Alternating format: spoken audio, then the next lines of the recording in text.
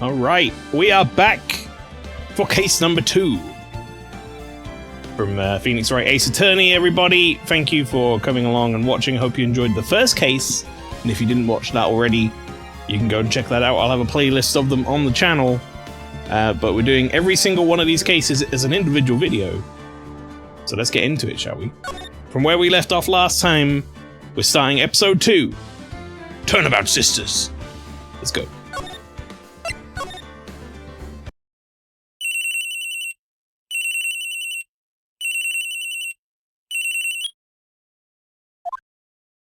Hello? This is Maya. Hey, Maya, it's me. Mia, what's up? You haven't called in a while. Sorry, I've been so busy. How have you been? Well, lonely. It's all your fault. Nah, I'm just teasing.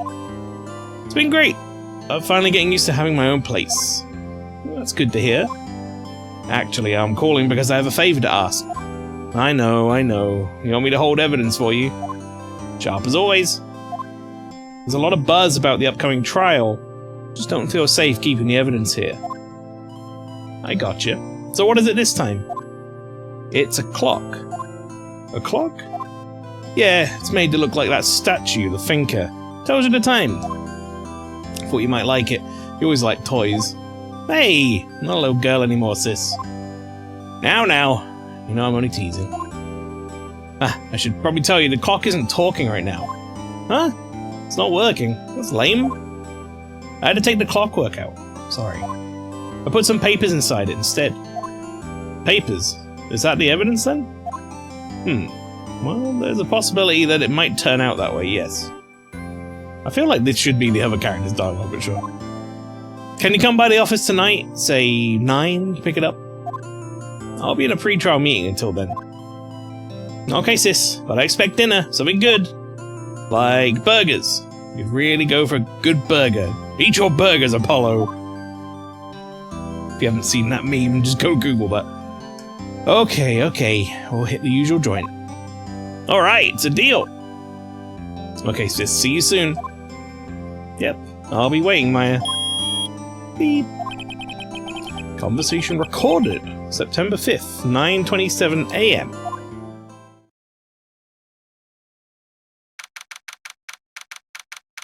Now September 5th, 8:57 PM. Now, Miss Faye, I'll take what's mine. The papers. I'm sorry, but I can't give you what I don't have. Miss Faye, you are a poor liar. Why, I see it right over there. That must be the thinker that swallowed those papers. How could you know? Oh, you're not cogniferous of my background? Gathering information is my business, you see. I should have been more careful. Oh. My dear Miss Faye, I'm so very sorry. But I'm afraid I must ask you for one more thing. Your eternal silence. Farewell, Miss Faye. No!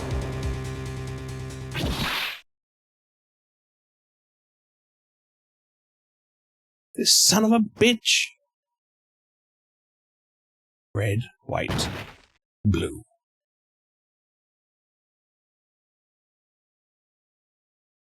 Second case in and we've already had our mentor killed.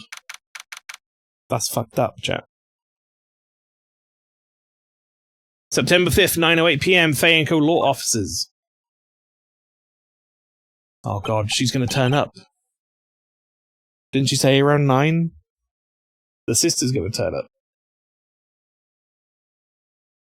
Uh-oh, I'm late. Huh? That's strange. Guess the chief left without me. She said her sister was coming over, so we should all go out for dinner. What's that smell? Blood? Mia! Maybe she's in her office. Right, I get to... This is the examination and stuff in the game. I smell blood and that can't be good. I have to check and see if Mia... Well, the chief, rather, is okay. Some of this I might do with mouse. This is me doing it with mouse. But I'm not really sure if it's going to be better to do it like that or do it with this. The thing with this is it's not very quick. I don't remember if you can like hold a button to to speed it up. Right, anyway, we don't need to examine, we just need to move here.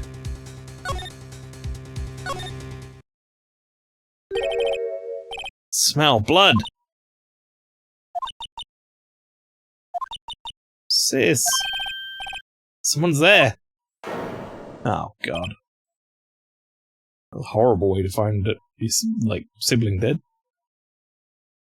I mean, there's no good way to find your sibling dead, really, but... Chief? Chief!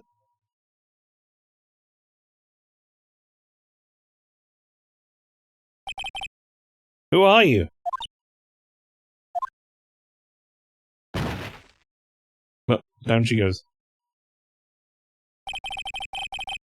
Strange girl dropped out cold. I left her lying on the office sofa. Went back to the chief where she lay under the window.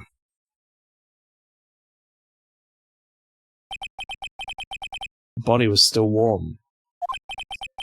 I could feel it when I held her shoulder. Then, all too quickly, it began to fade. Until finally she was cold. Woof. Chief. Right, now we need to do some examination. We can use this to slide left and right. Well, we should definitely examine this. It's encrusted with dried blood. How ironic that it became the murder weapon again. Chief. It's hard seeing her like this, but if there are any clues here, she was struck on the head with a blunt object. She probably died instantly. The finger lying next to her must have been the murder weapon. There are some glass shards near the chief's body. Must be pieces of the glass light stand lying broken in the back of the room. Broken remains of the glass light stand broken beyond all recognition. Nothing else that seems like a clue here. A piece of paper. It must have fallen from his hand. What could it be? Oh, yeah, bullshit. The word is written in blood on this scrap of paper. Maya, did Mia write this? This piece of paper is a receipt from the department store dated yesterday. I think that's enough snooping around for now. I better call the police. Find out what that girl was doing here.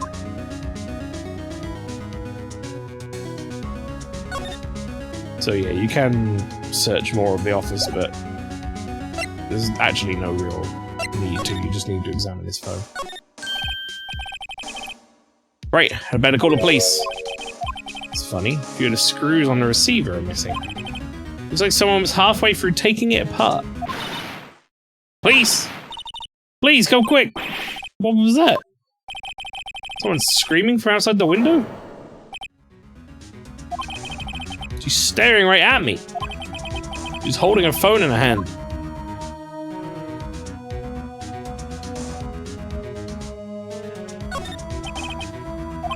I'm missing a few screws. A little strange, isn't it? Large building right across from the office. The Gatewater Hotel. Nice, luxurious place. Okay. Let's move to the doorway. That girl just now, where'd she go? I put her right there on that sofa. Uh-oh. Hope she didn't run on me. Oh, there she is. Yipes! Don't scare me like that. Excuse me, but who are you? It's okay. I work here. Maya. Maya Fey. Maya Fey? Maya? So Mia was writing this girl's name. Maybe I should show her the receipt. Never thought there'd be a use for evidence like this outside the courtroom. Right, well, let's talk first, shall we? What happened? Seems to be in shock. I don't want to disturb her, but I have to know. Excuse me. Can you tell me what happened? Came in, the room was dark. Sis. So she was already dead. So, you're the chief's sister. I'm a younger sister. And you were here visiting this late at night? Yeah. She said she wanted me to keep some evidence for her. Evidence? Yeah, it was that clock. It was the thinker. Alright, well. I don't think showing you this is necessarily going to help your mental state, but here you go. Before Mia died, she wrote a message with her own blood. She wrote it on the back of this receipt. That's my name! Why? Why would you write my name? Please, just calm down. Why would Sis write my name? Uh-oh. Now I've done it. Uh-oh, wee-woo! The police! Sounds like they're coming this way. Freeze, police! It's your boy Gumshoe. Alright, I'm Detective Dick Gumshoe, see? Gumshoe? What a name. We received a report from the building across the way, see? Got a person saying they saw a murder. Must have been that woman I saw. Anyway, I don't want either of you moving 1 inch, Kay? Great. Just great. Maya. Wait, she wouldn't have... Nah. Whoa! Excuse me!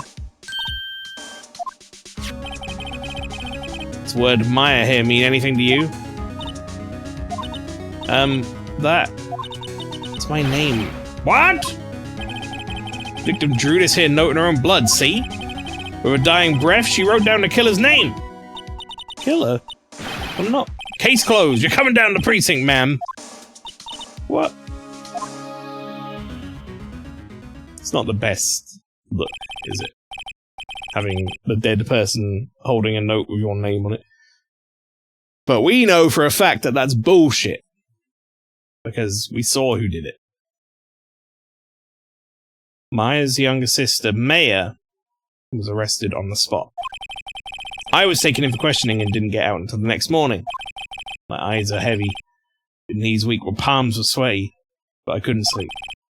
I sat around waiting for visiting hours to begin at the detention center. I had to talk to Maya as soon as possible.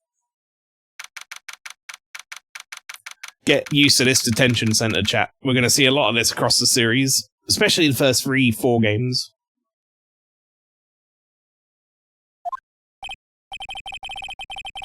Wow, I have poor Maya locked up like a criminal. Oh. It's you, the lawyer. Good morning. Good morning. Looks so tired. Are you going to be my attorney? Well, that's what I wanted to talk to you about. I better give it to her straight. It's up to you. Up to me? Yes. I don't think this is something I should decide. After all, you're the one in trouble here. They're never gonna believe me, are they? Even you, when you found me in the office. You looked at me like I'd done it. Did I look at her like that? No! No, I never thought. It's okay, I understand. And I've also heard about you. Heard? Heard what about me? I was talking to my sister on the phone the other day. Today was my junior partner's first time in court. Wow, really? How'd that go? Yeah, it was quite the scene. Honestly, I was on edge the whole time. It's been a while. Ha! So he crashed and burned? He's a genius. One of those strike fear into the hearts of evil types. The only thing he's lacking here is experience. Huh, sounds like it was fun. Well, I know who to go to if I ever get in trouble now. I don't know, Maya. I think you might want to wait. Give it 3 more years. That is, unless you want to be found guilty. That's what she said. Oh. I'm sorry. I didn't mean to insult you. No, it's okay. It's true, I guess. But at the same time, I can't just sit by and watch. When I think of the person who did this to Mia. I know. Rough times.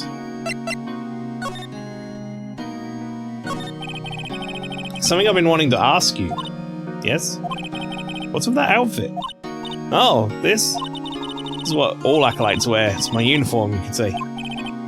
Acolytes? Like people in religious training? What is it you do? Oh, it's nothing strange, really. I'm a spirit medium in training. Spirit medium? Pretty sure that qualifies as strange.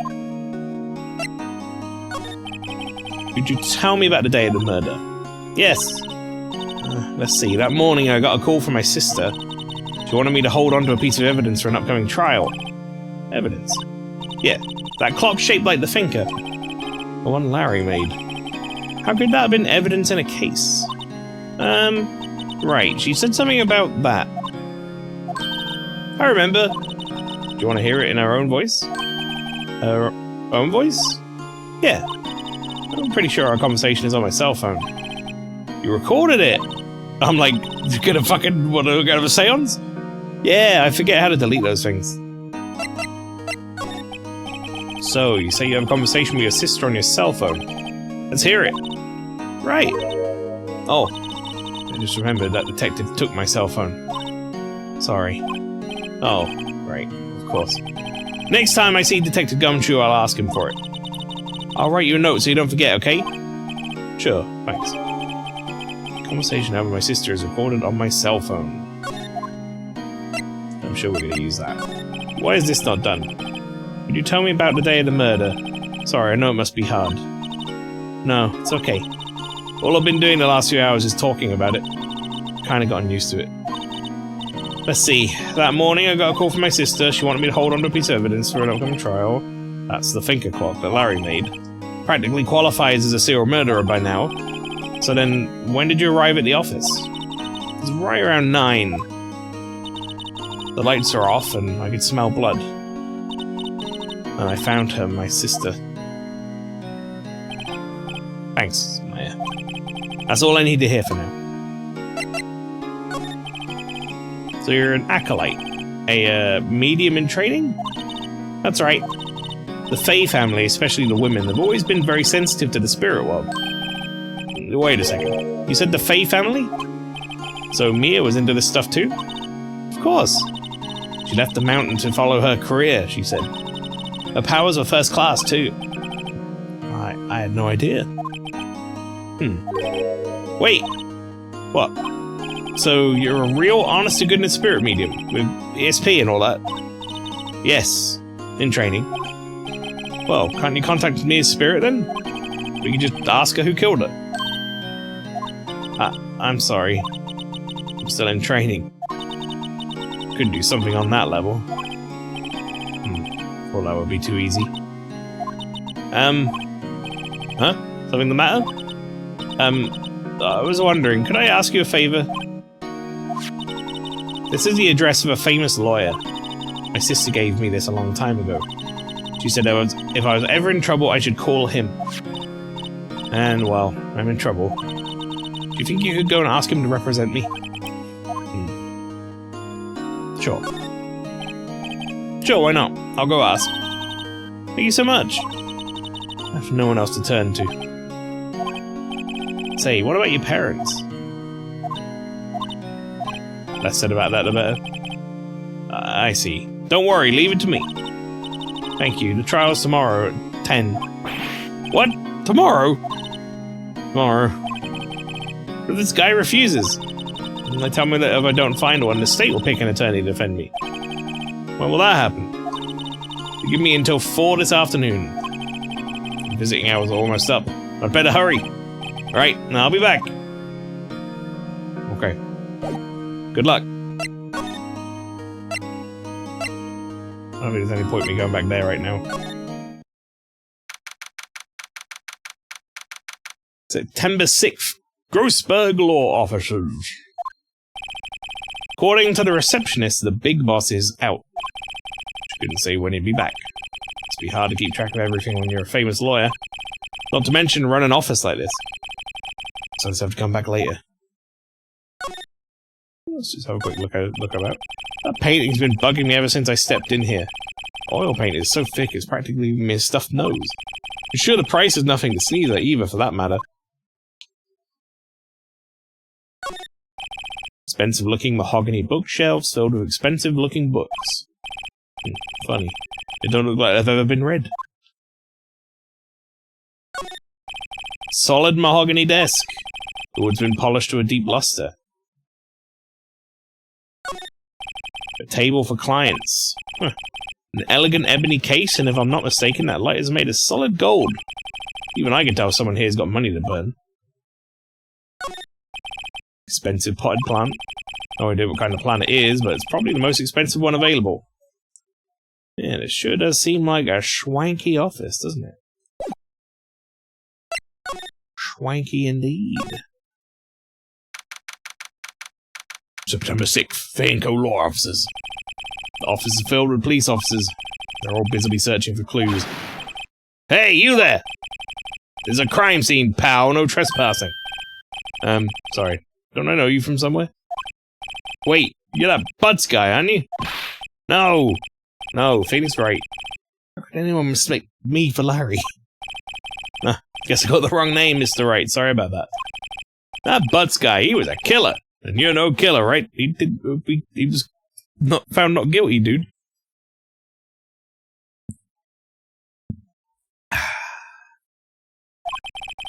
He was proven innocent. Right. And you, Detective Gumtree. Gumtree, was it? Detective Gumtree?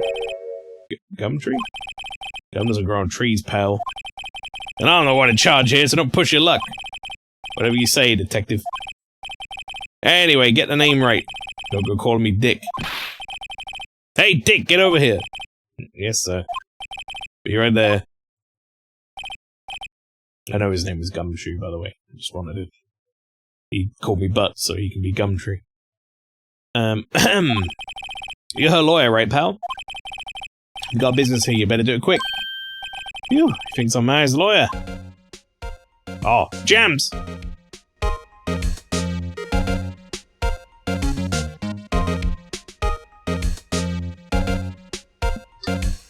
I'll take the opportunity to get another Beppis out.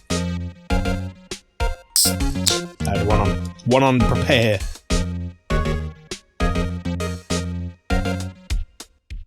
I love this song. This song never made investigating boring whenever it popped up. Alright, let's talk. About Miss Faye. Do you have an autopsy? You wanna know the results, eh? Don't you look at me like that, pal. It's no use. She might have been your boss, but that doesn't mean you get any special treatment. Alright, you can see the report, but that's all. Why wouldn't I be able to see the report? Fucking... I know I'm not a prosecutor, but... And they're the police. You should be able to, like, it shouldn't have to hide anything. Time of death! 9 PM. Cause, single blunt force trauma. Death was instantaneous. Now, how would someone whose death was instantaneous write down a name on a bit of paper? That's the first thing that juts into my head. Maya. About Maya. Yeah, I'm looking forward to the trial. Sorry, pal, but this is one trial you aren't gonna win.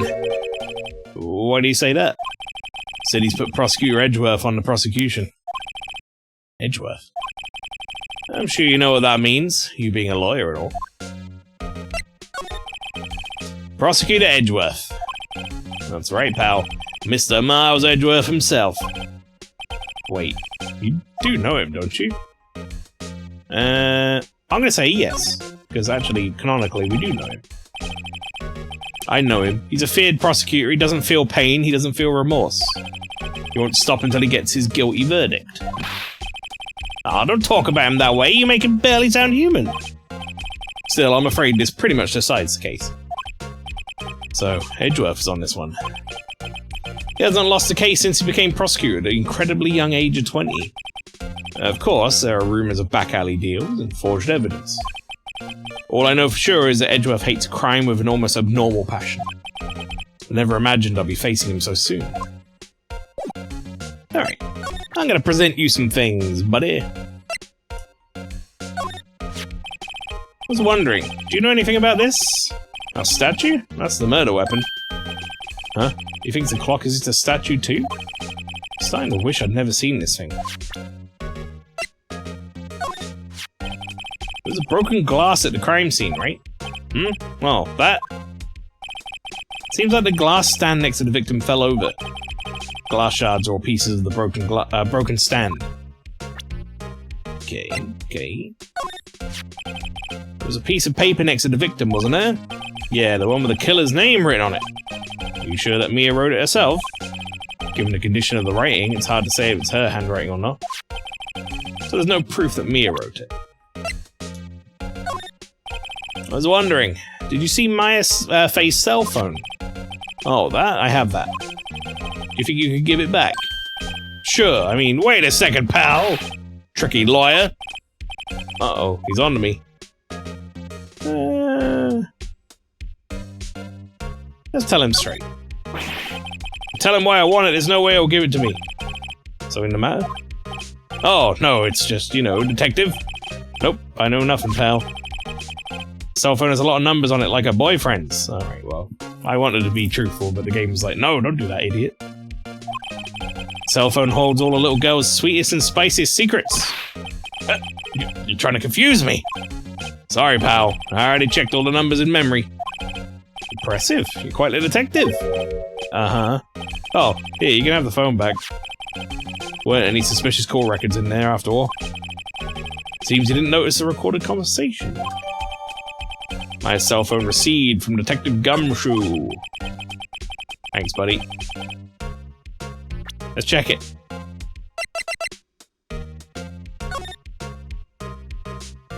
Alrighty. Haven't called in a while, so hold on again. It's a clock. Yeah, we saw this earlier.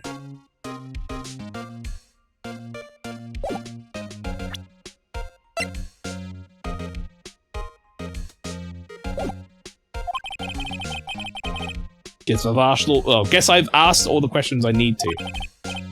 You all done, pal? Yeah, thank you. I'll be heading out now. Oh, wait! One more thing I wanted to mention to you. Don't suppose you're planning on talking to that witness. Anyway, you better not. No influencing the witness with your lawyerly ways, pal. Come to think of it, I had completely forgotten about her. The witness. Yeah, Miss April May. Sorry about this. But I can't tell you anything about her.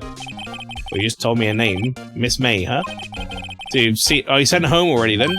Haha, you're trying your lawyerly tricks on me now. She's not to go outside her room until the trial. Though she's still in the hotel across the way. Guess I should know better than to try and get a detective to leak information. You got that right, pal. Time to pay a visit to Miss May. We'll present you this as well, why not? Thanks for this. Don't mention it, pal. When it comes to dealing with lawyers, fight fair and square is our motto. I don't know how I feel seeing everything written up like this. Makes Mia's death seem so routine. Alright, well, I'm out, so... See you later, friend. The Gatewater Hotel Room. 303. Oh, there she is. Well, hello there, handsome. Hi. Smooth, right? Real smooth. You're the lawyer, aren't you? The detective told me. He said, don't say nothing to that lawyer, pal. Teehee. Memo to self. Thank Detective Gumshoe for making my job harder. Gee, this is all like something out of a movie. It's so exciting, I can hardly contain myself. Oh, let me go freshen up so I can look the part of the beautiful eyewitness. I pity the lawyer that has to cross-examine this one. Well, let's have a look at this fucking room while she's quote-unquote freshening up. The late summer sunlight streams through the window. Fay and Co. Law Officers building, of course. You can see the inside of the room pretty clearly from here. It could be a little difficult to recognize a face from this distance, though. Whoops. I meant to look at that. A bottle and 2 glasses are on the table. Somebody must have been staying with her. Sure didn't see anyone that night, though. Ah, still seen painting. Wait, should that be still life? Whatever. One of those is hanging on the wall. Inconsequential. The flowers are fake, as expected. I know sunflowers and tulips, but that's about the extent of my floral knowledge. We don't know roses? Surprising. There's a screwdriver stuck in this drawer. I wonder what's inside. Let's take a look. Hey, hey, hey! What are you doing? No touching. Ooh, bad boy. You really shouldn't pry around in other people's rooms now. You wouldn't want to make me upset, would you? Upset? I thought she was going to explode for a second there. I wonder what could be inside the drawer. We'll just have to find out later. Alright, tell me all about it. Do you think you could tell me something? I need you to describe what you observed at the time of the incident. Ooh, observe incident? You sound just like a lawyer in the movies, or because I'm a lawyer in real life. I like a man with a big vocabulary.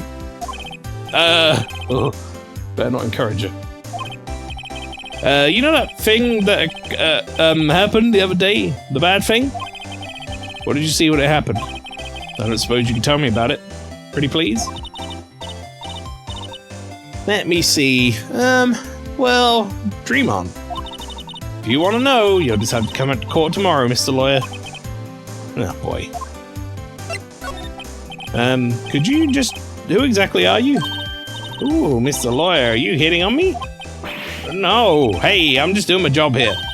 Teehee, you know you're cute when you blush. This is the first time in my life I've blushed this much. Right. Can you just tell me what it is you do? Well... No. Teehee, you had your little hopes up, didn't you? Oh, boy.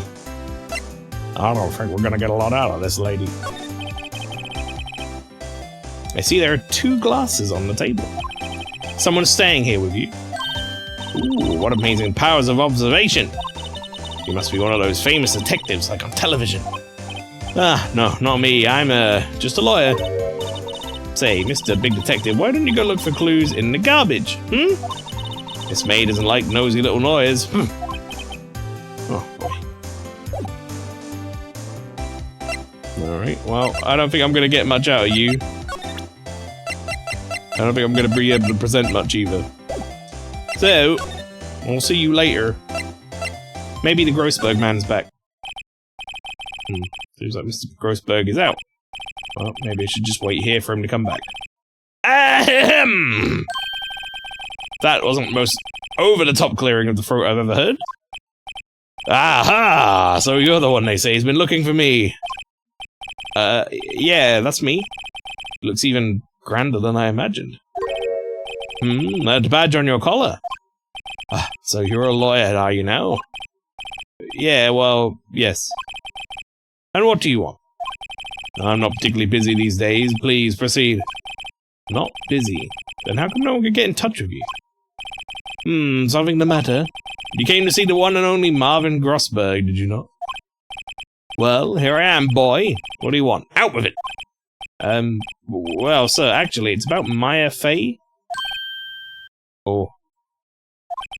Yes, Maya Fey, go on. Why the strange reaction? Cha-cha. Really quite busy here, son. I can't go taking cases on a day's notice? No, it's quite impossible. But wait a second. How did you know the trial was tomorrow? Anyway, I'm afraid it's entirely impossible for me to represent her, sorry. End of discussion. What's going on? He refused me before I even got a chance to ask him. What do I tell Maya? Bum, bum. Boom, bum, boom, bum, bum.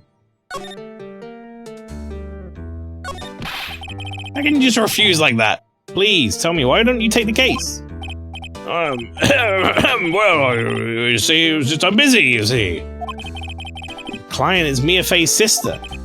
Mia trusted you. She knew her sister would be in good hands. Yes, of course, I know that.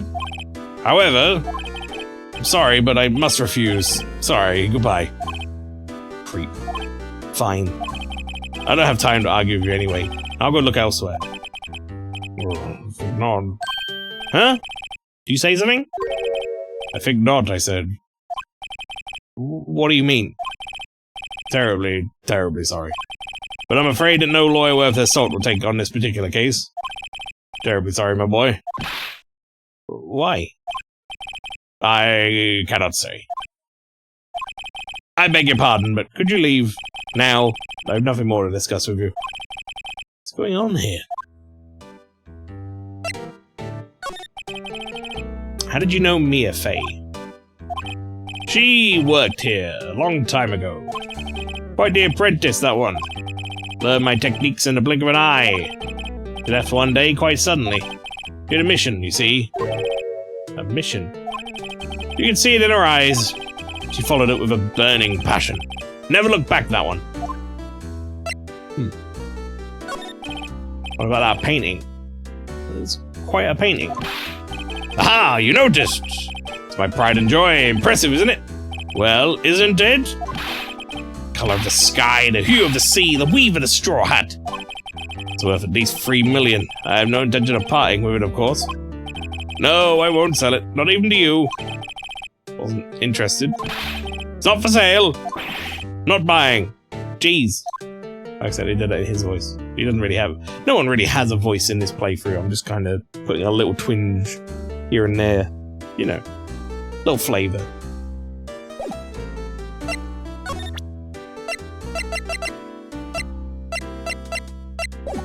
I don't have anything for you right now. Let's go back to the detention center and tell Maya that we spoke to Grossberg and he was like, nah, son. September 6th, 3:42 p.m. There's only 18 minutes until she will be given a state lawyer if can't find one. Hiya. Oh, you're back. Did you find the lawyer? Well, what'd I tell her? Well, see, just be honest. I really don't think you should use that guy. He didn't seem healthy. He was all skin and bones. Why would we lie? What really happened?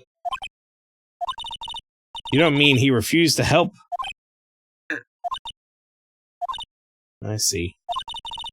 Been abandoned then. I think we could have worded it in a better way that wouldn't have been like, you've been abandoned, you know? Maybe just say... For some reason he won't take the case.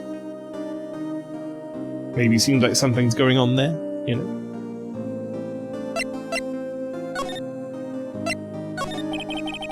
What about your family? I only had my sister. Father died when I was very young. And I don't know where my mother is. Don't know? So she could still be alive? The women in my family have been mediums for generations. They say a lot of spiritual power runs through our blood. About 15 years ago, our family was involved in an incident. There was a man and he ruined our mother's life. Ruined? After that, she disappeared. Several years after that, my sister announced that she would become a lawyer and she left the mountain. So you live by yourself? Yep, I've gotten used to it. Oh, also, I had to become independent or I would lose my powers. I feel bad for her all by herself up on that mountain. So, who is this man who ruined your mother? About 15 years ago, there was an unusual murder case. Made quite a stir. Everyone was talking about it, apparently. The police were running out of leads, and they were getting desperate. Wait, they didn't use a spirit medium, did they? The police convinced my mother to try to contact the victim. Wow. So what happened? Case was solved. We fought. You fought? The man my mother helped the police capture was innocent. The police consultation with the medium had all been carried out in secret, of course. But the man found out about it and leaked it to the press. Told all the papers that my mother was a fraud and the media jumped on it big time. She, my mother, became the laughingstock of the nation. Let's see. White. Excuse me, White? That was his name, my sister told me. White. Just a little longer now before the state-appointed lawyer comes, I guess. 4 PM. Time's up.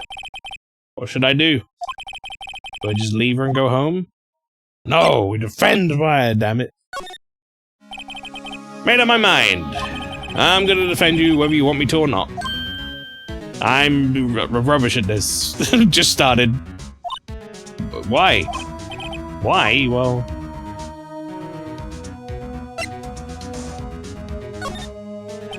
You aren't the culprit. Someone else is. How do you know? I have a hunch. Given the evidence, it would be easy to assume that Maya was the killer. Actually, given the evidence, it would be easy to assume that Maya couldn't possibly be the killer. For a number of reasons. Not least of all the fact that we saw who did it. But there's something about this whole thing that smells fishy. That witness's strange behavior. Was that all an act? And the way that lawyer refused to help out Maya. But more than all that, she has no one left to help her. Nothing's more sad or more lonely than that. I know. I've been there. A long, long time ago. Why did I become a lawyer in the first place? Because someone has to look out for the people who have no one on their side. Maya, I won't abandon you. You can count on me. That's so kind of you. And she's like, but I don't want... but I don't want you, because my sister told me that if you defended me, I'll be guilty. Well, let's fight this one and get you out of here. Right, thank you. Phew, she smiled at last. She looks like an entirely different person. One last question. You are innocent, right? Yes. And I trust you. So you trust me too, okay? It's a deal. So what's next? Something that's been bugging me. Just what was inside that strange woman's drawer? Because when I tried to look into that drawer, she got all defensive. There has to be something in there. Indeed there does. Let's present a few things here. I got your cell phone back. Oh. Say, can I listen to my sister's voice? Maya's eyes closed. She listened to every word with such intensity. 4 long tears began to roll down her cheeks. Thank you. Well, it was a bit sad, but, you know. You know, in a way, it was a nice thing for you. Good afternoon, sir. Excuse me, you are? Ah, I beg your pardon, sir. I am the bellboy of this establishment at your service, sir. Oh, right. I've just come up to deliver room service, sir. Do you know where Miss May might be? Ah, I believe our guest Miss May is currently using the, facilities. If you've no need of anything, I'll be taking my leave. Please, stay as long as you like. Enjoy. Yeah. Wait, no, hey! Why does it seem like every time I come here I end up embarrassing myself? Wait, now's my chance to snoop around a bit. Ah, I almost forgot. Yeah, you came back quick. Might I ask you to inform Miss May that there is a message for her? Please tell her that Mr. White of Blue Corp phoned. Oh, right, sure. Mr. White of Blue Corp. Where have I heard that name? White. That was his name, my sister told me. White was the name of the guy who ruined me and Maya's mother. Could it be a coincidence? Let's get snooping. A screwdriver sticking out of a half-open drawer. Now's my chance to see what's inside. What do we have here? A wiretap. What would a woman like her be doing with a thing like this? And a phone in an office that has a bunch of screws loose.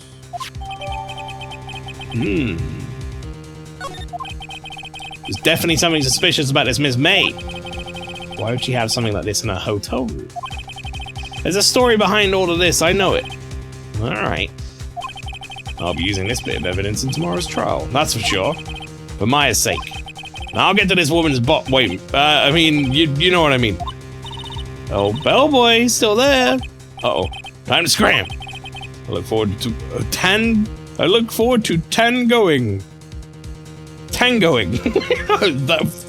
I'm not gonna lie, the way that was written out for some reason confused the shit out of my brain. I look forward to tangoing with you tomorrow, Miss May. In court. To be continued. Which I guess wouldn't be the worst point to, like, pause a recording for me, but I'm gonna carry on. I'll do the first day at court. It's like 10 to 10 here, so I've got a bit of time. In fact, you'll see it when I go to save.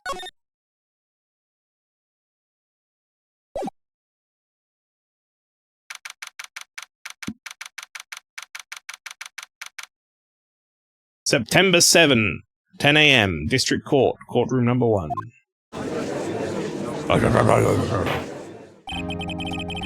Court is now in session for the trial of Miss Maya Fey. Prosecution is ready, Your Honor. Defense is ready, Your Honor. Miles Edgeworth. Better not show any signs of weakness today, or he'll be on me in an instant. Mr. Edgeworth, please give the court your opening statement. Thank you, Your Honor. The defendant, Miss Maya Fey, was at the scene of the crime. The prosecution has evidence she committed this murder. We have a witness who saw her do it. The prosecution sees no reason to doubt the facts of this case, Your Honor. I see. Thank you, Mr. Edgeworth. Let's begin then. We may call our first witness, Your Honor. The prosecution calls the chief officer at the scene, Detective Gumshoe.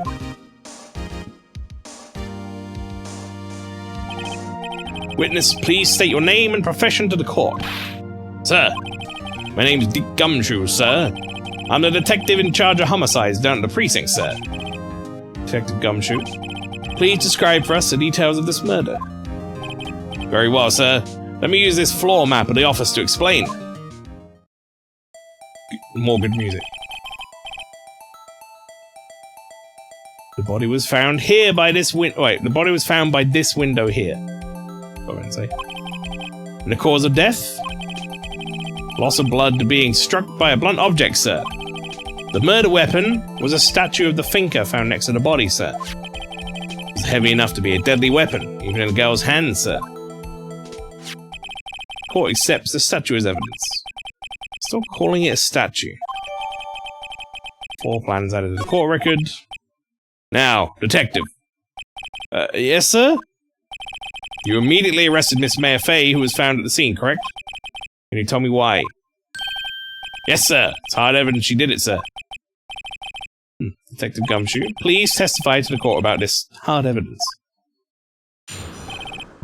Witness testimony. As soon as the phone call came in, I rushed to the scene. There were 2 people there already. The defendant, Miss Maya Fey, and the lawyer, Miss Phoenix Wright. Mr. Phoenix Wright. I immediately arrested Miss Maya Fey. Why? We had a witness account describing her. The witness saw Miss Maya Fey the very moment of the murder. The very moment, you say? Very well, Mr. Wright, you may begin your cross-examination. Yes, Your Honor. Cross-examine what? I see a single contradiction in that testimony. Whoosh. Smack. Hey, Maya just threw something at me. What's this?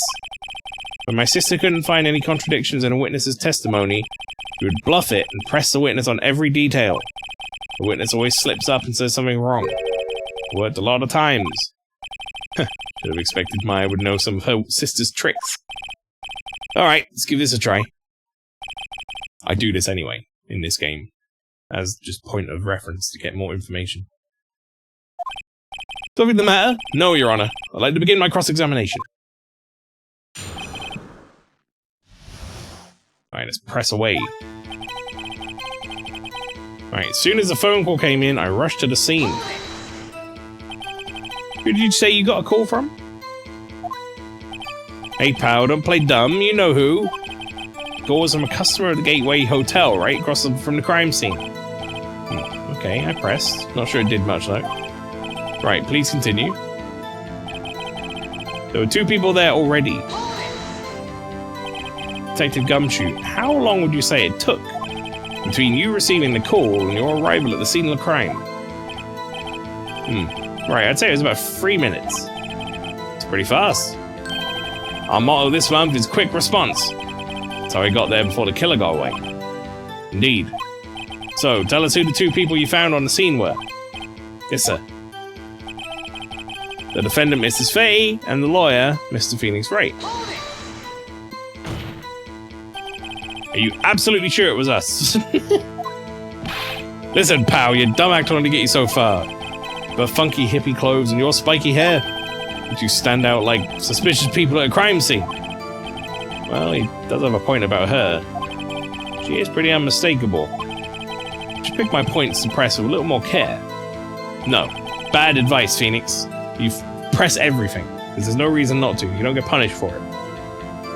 I immediately arrested Miss Maya Fay.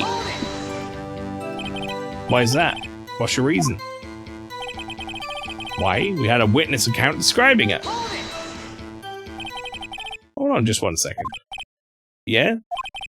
If I heard correctly, you said you arrested her because you had a hard evidence she did it, correct? Huh? Did I say that? Me? Did you say it? You did say it. Oh, you said it. Exactly what about this suspicious woman in pink's claim was hard evidence? What? What? Miss May isn't suspicious, and she sure isn't pink, pal. Well, I guess she is pink. That's enough, Detective Gumshoe. Do you have any more solid proof other than her claims, Detective? I guess pressing can have its advantages. Yes. Yeah. Sorry, I got the order of things mixed up in my testimony, Your Honor, sir. There was something I should have told you about first, Your Honor. Very well, Detective. Let's hear your testimony again. Take 2. After securing the suspect, I examined the scene of the crime with my own eyes. Found a memo written on a piece of paper next to the victim's body. On it, the word Maya was written clearly in blood. Lab test results showed that the blood was the victim's. Also, there was blood found on the victim's finger. Before she died, the victim wrote the killer's name. No, she didn't. This is where we'll present the evidence on this line, but we will press it.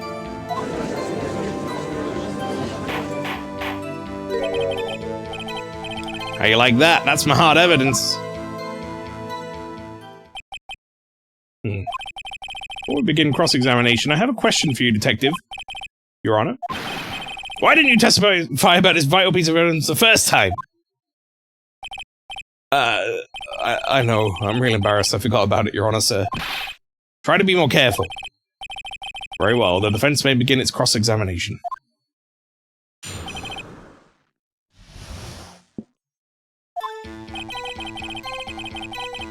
Right. Actually, I said I was going to press things, but maybe I should just go straight to where I need to be.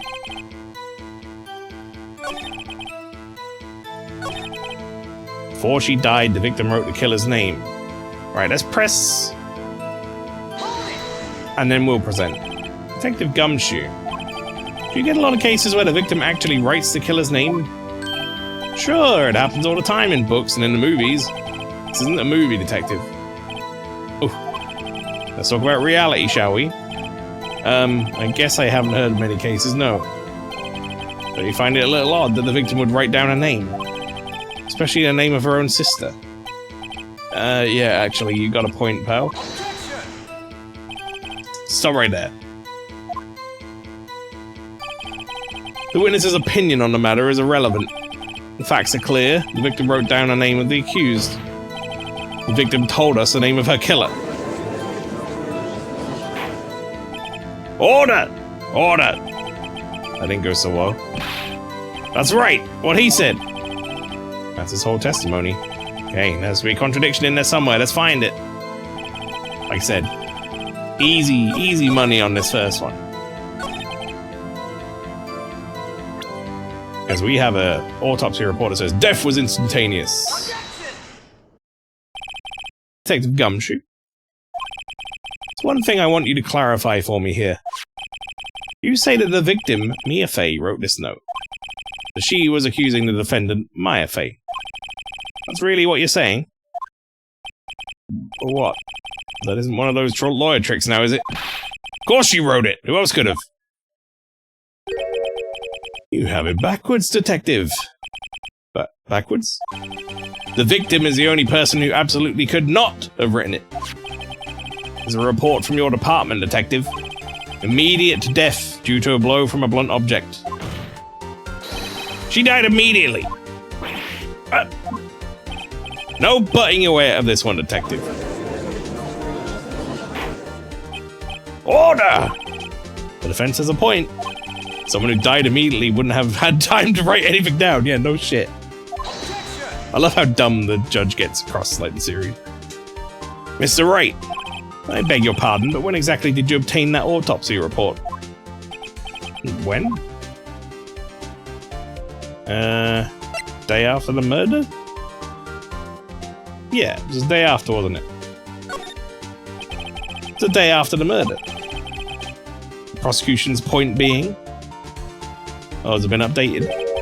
That autopsy report is outdated, Your Honor. What? Second autopsy was performed yesterday at my request. Death was almost immediate due to the blow from a blunt object. But there is a possibility the victim lived for several minutes after the blow. I received these results this morning. No way!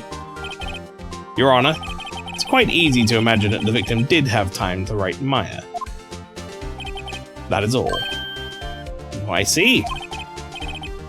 This is where this game series or whatever doesn't, you know, stand up to like real court.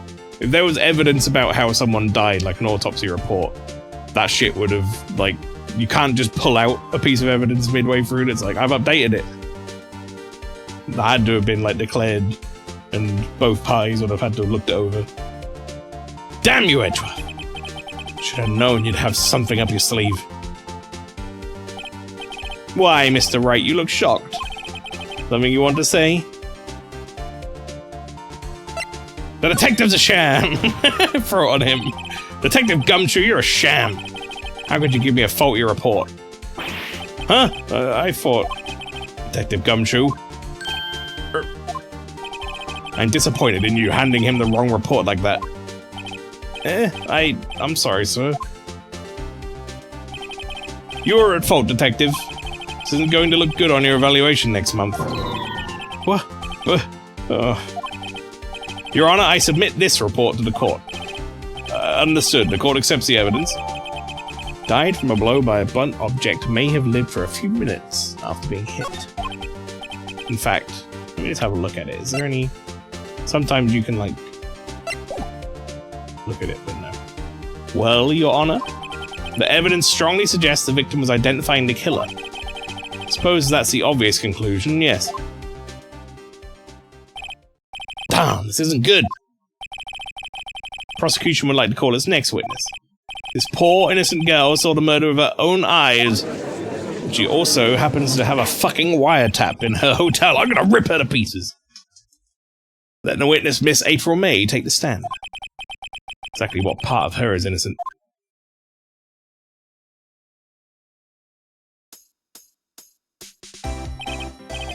Witness, your name, please.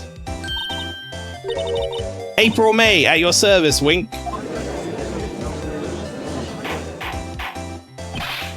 Order! An introduction should not require any reaction from the crowd. The witness will refrain from wanton winking. Oh, yes, Your Honor. This isn't good. She's already captured the heart of every man in this courtroom.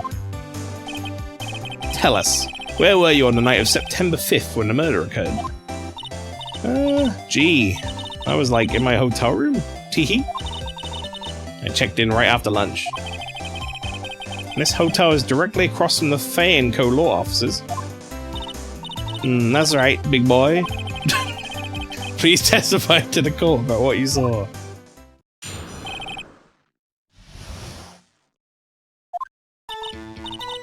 It was like 9 at night. I looked out the window, you know? And then, ooh, I saw a woman with long hair being attacked. The one attacking her was a mousy girl sitting in the defendant's chair. Then the woman, like, dodged to one side and ran away. But the girl, she caught up to her and she hit her. And then the woman with the long hair, she kind of slumped. The end. That's all I saw. Every little bitsy witsy.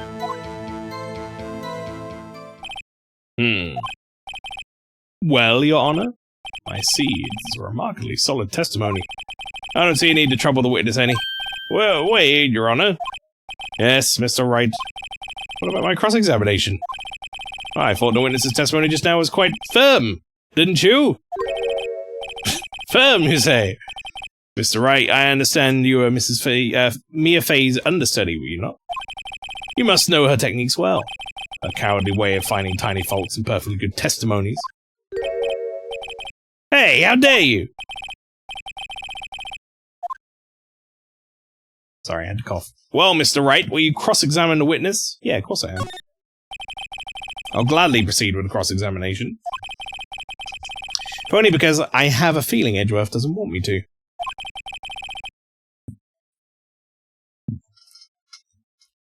She has to have some weakness.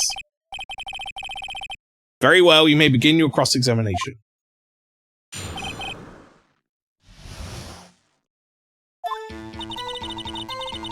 Alright, we're gonna press everything here. Why did you do that? Look out the window, I guess. I should probably read the prior sentence. Huh?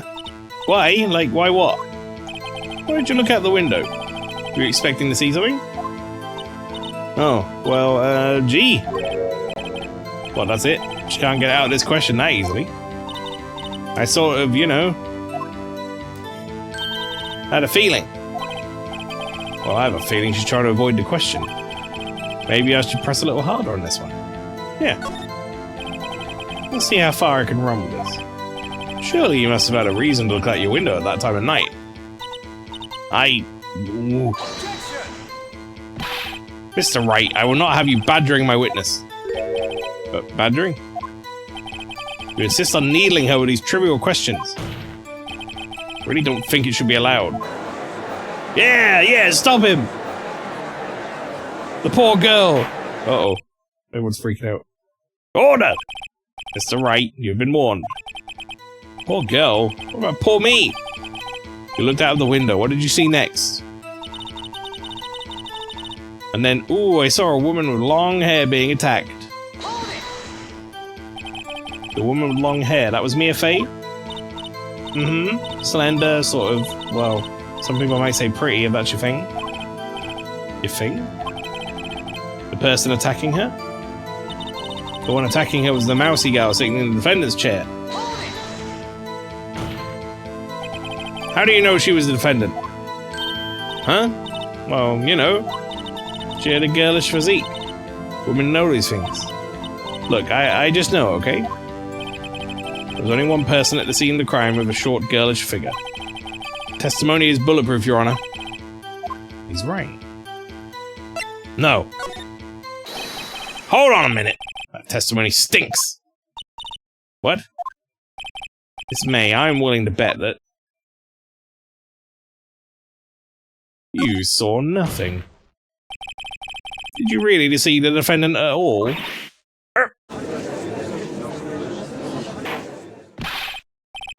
Mr. Wright, what's the meaning of this? Yes, what is the meaning? Somebody tell me, because I'm clueless. About this, I mean. Okay. If you had really witnessed my client, Mia Fey, you would have noticed her clothes before noticing her physique. It's true. No one wears clothes like this on a daily basis except her. And I'm no expert on fashion, but her hairdo looks far from normal to me. However, the witness's testimony mentions neither of these things. Testimony is bogus. But... Still, we don't know if she was dressed that way the night of the murder. She was, Your Honor. I saw her. And so did Detective Gumshoe. What do you say to that, Miss May? What are you trying to say, you mean lawyer? I saw what I saw.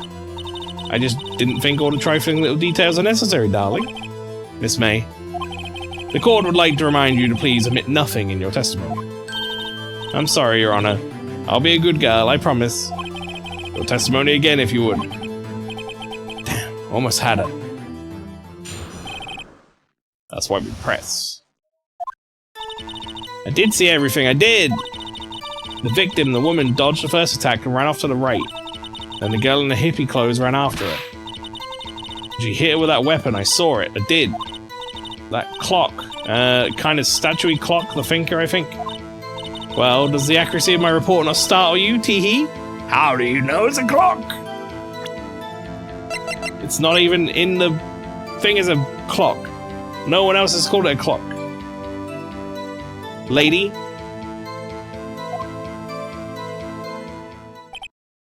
I see. I only wish you had been so detailed from the beginning. Please begin the cross-examination.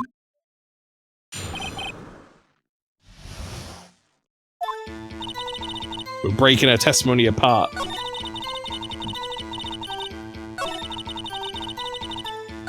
We'll go to this one. That clock, kind of statuary clock, the thinker, I think. I'd like to press you on this. A clock? Didn't this come up in another testimony recently? Well, don't look so sour, Mr. Lawyer. Can't win them all. No, but I have a feeling I'm onto something now.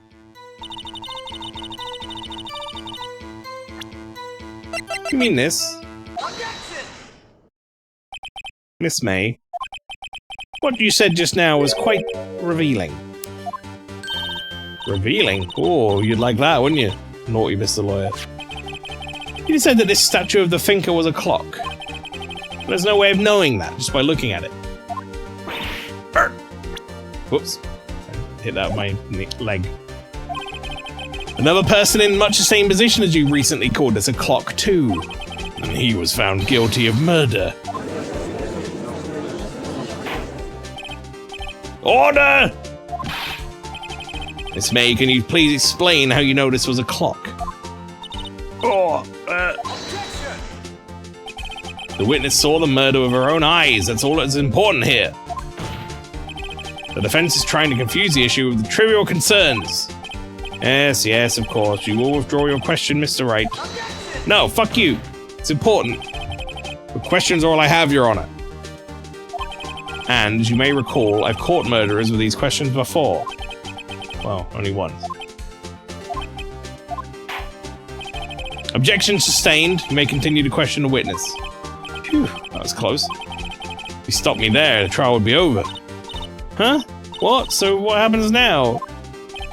What happens now is you answer my question. How did you know it was a clock? What? That's... because I heard it? Yeah, I heard it. It said the time. So, you've been to the law offices of Faye & Co.? No! Hey, I didn't say that. Why would I go there? I heard it from my hotel room. The law offices of Faye & Co., where the murder took place, is very close to the hotel. She could easily have heard the clock. Well, Mr. Wright, are you satisfied? Nuh-uh.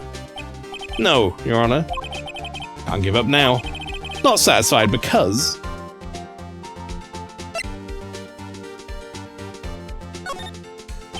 Your Honor, members of the court, it is inconceivable that the clock in question rang.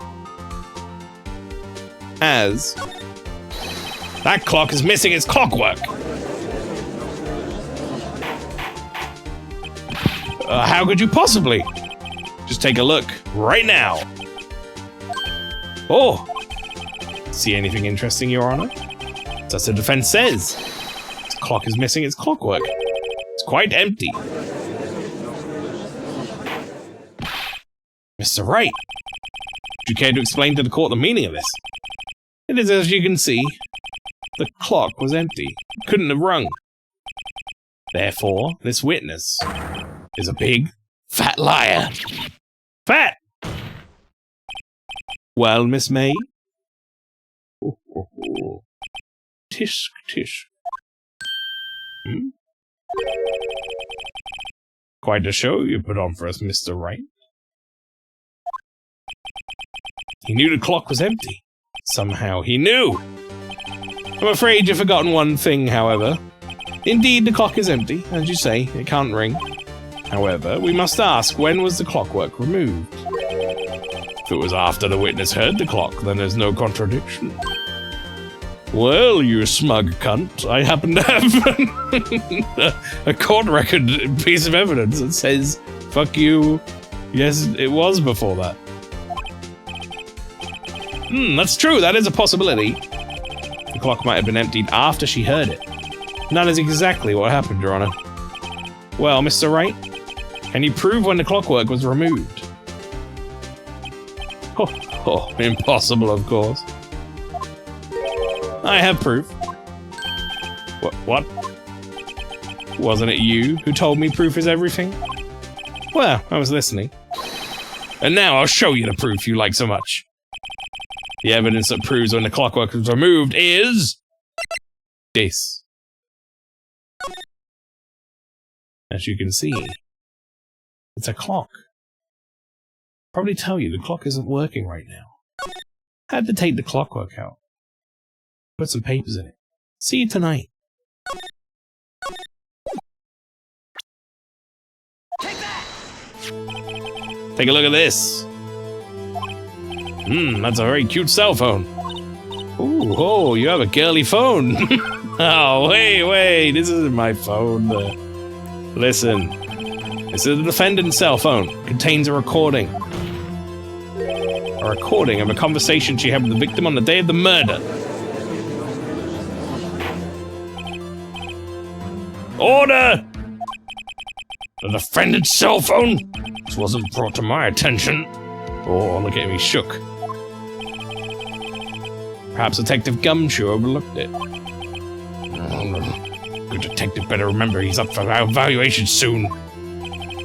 Gotta say, I'm starting to feel bad for the big fella. Let's hear the conversation. Beep. So you just want me to hold on to the thinker for you then? If you could. I should probably tell you the clock isn't talking right now. Huh? It's not working. That's lame. I had to take the clockwork out. Sorry. September 5th, sorry. 9:27 a.m. Your Honor, I think this makes it clear the clockwork was already gone by the time this was recorded. Which was well before when the witness arrived at her hotel. Well, Miss May, would you care to explain this to the court? Just how did you know the weapon was a clock? Well, isn't it obvious? Saw that clock before. What store was it again? I go to so many, sorry. Oops, I forgot, wink. I ain't gonna fucking fly. That's a custom-made clock by Larry Butts.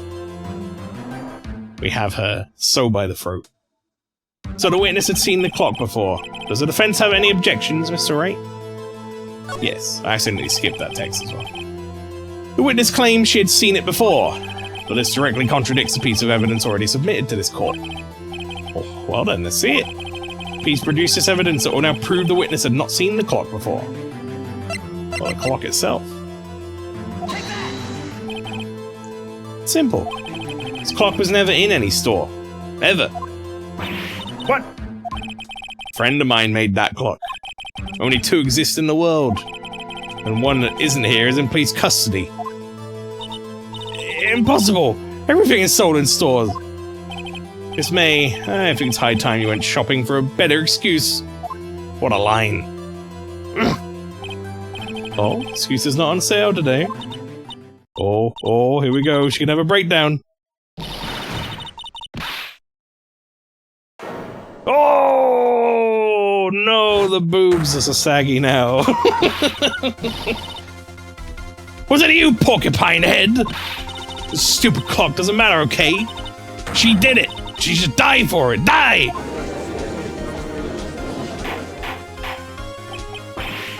Whoa, let's not get ahead of ourselves. This is a court of law, and the witness will remain calm.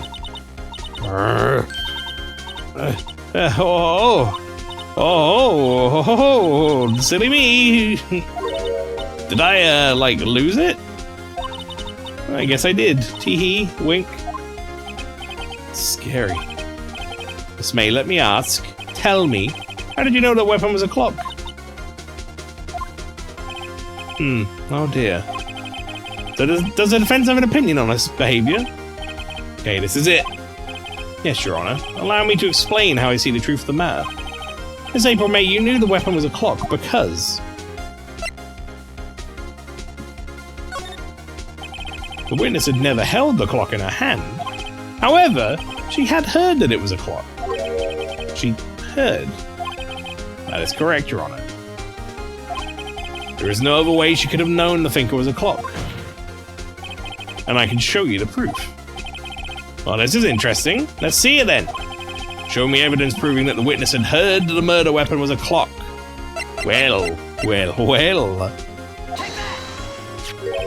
Have a look at this. Ah! Oh, that! I found this in Miss May's room. Mr. Wright, please explain to the court what this is. Miss April May, you were tapping the victim, Miss May Faye's phone, weren't you not? Well, were you not? Sorry, whoops. Oh! Your Honor, this is irrelevant. How is it her having a fucking wiretap in the room of a murder victim? Irrelevant, Edgeworth. Not entirely sure that it is. Objection overruled. Troubles me that our witness is in possession of a wiretap. This is outrageous. Does the defense truly claim that the witness was tapping her phone? Absolutely. Even if that was the case, which it's not, you still have to prove one thing. Did the victim ever say that the weapon was a clock on the phone? Can you prove that? I think not. Oh yeah, I think I can. It's simple. What? I love all these back and forths. Here's my proof. The proof that the victim said on the phone that the weapon was a clock. Uh-oh. Why isn't it in here? Again, what is it this time? It's a clock. I literally played this phone call for you a second ago, Edgeworth. You fucking, like, deaf or something? Present the defendant's cell phone. Yes, we've seen that. Listen once more to the conversation between the defendant and the victim. Mia, what's up? You haven't called in a while. Well, actually, there's something I want you to hold on for me. Again? What is it this time? It's a clock. It's made to look like the statue, the thinker, and it tells you the time. It's April May. Use the wiretap to listen to this conversation. That's how you knew the thinker was a clock. Am I wrong? Objection! Your Honor, this is ridiculous. Your Honor, look at the witness's face. Does she seem amused to you? This defense demands an answer. Witness, answer the question. Did you tap her phone? Miss May! Shut up, all of you. Gives you the right to talk to me like that. You lawyer!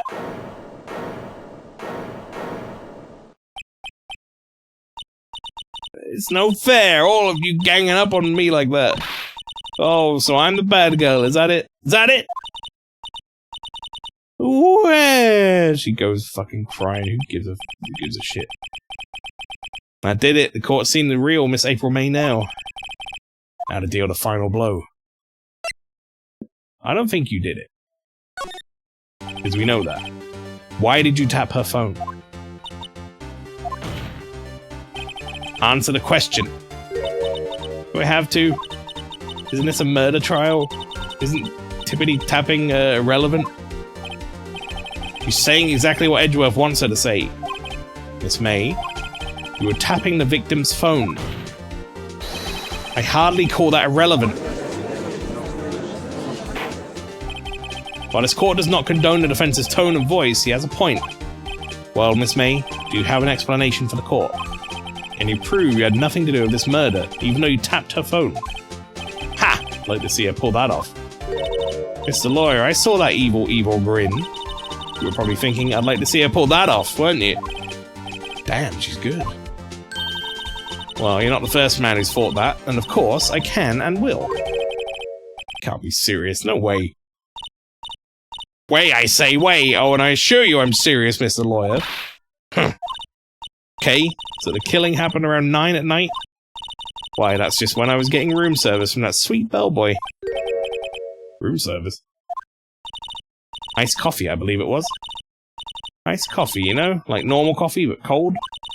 You don't drink it quick, the ice melts, and then you have regular cold coffee. Ice coffee? Think I'm making this up? Ask the bellboy. Ergo, the witness was not on the scene at the time of the murder. I never said she was, or that she did it. I just want to know why she wiretapped the fucking phone!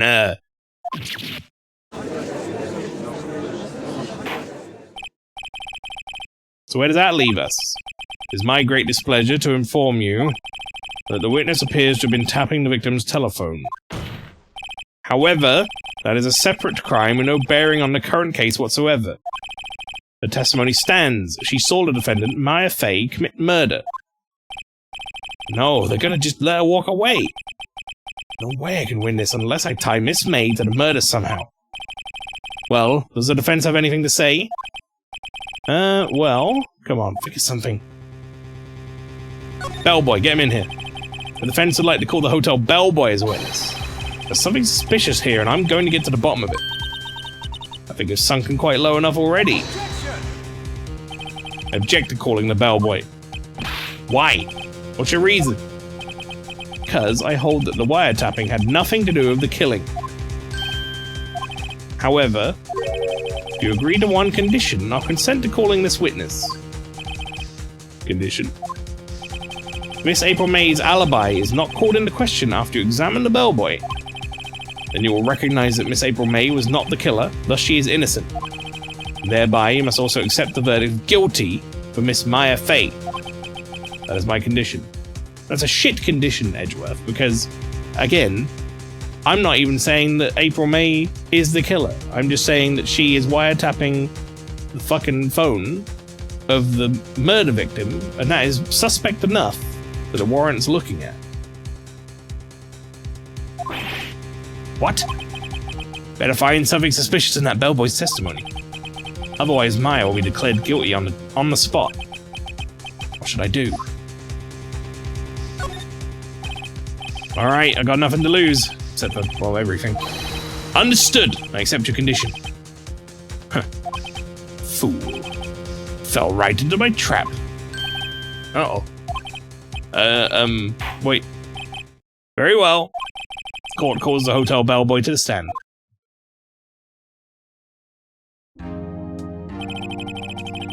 I believe we're ready for the witness to testify. He certainly does look like a bellboy. Yes, sir. I received your summons in the middle of work, sir. I'm happy to be of service. That tea set looks rather heavy, so without further ado, the witness may begin his testimony. Very good, sir. Miss May's room service. I'm the head bellboy at the fine Gatewater Hotel in business for 4 generations. I believe I received a call after 8 in the evening from my guest Miss May. She asked for an iced coffee to be brought to her at 9 on the dot, sir. I brought it to her at precisely the requested time, of course. I delivered the iced coffee to our guest, Miss May herself. I see. Thence may begin the cross-examination. Right, I'm ready, I hope. This is it. If I can't prove Miss May was involved in the murder somehow, Maya will be finished.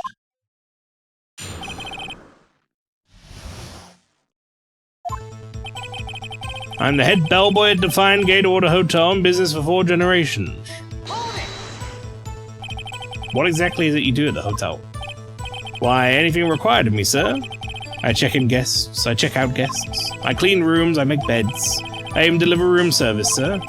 I checked Miss May in personally. You're always so prim?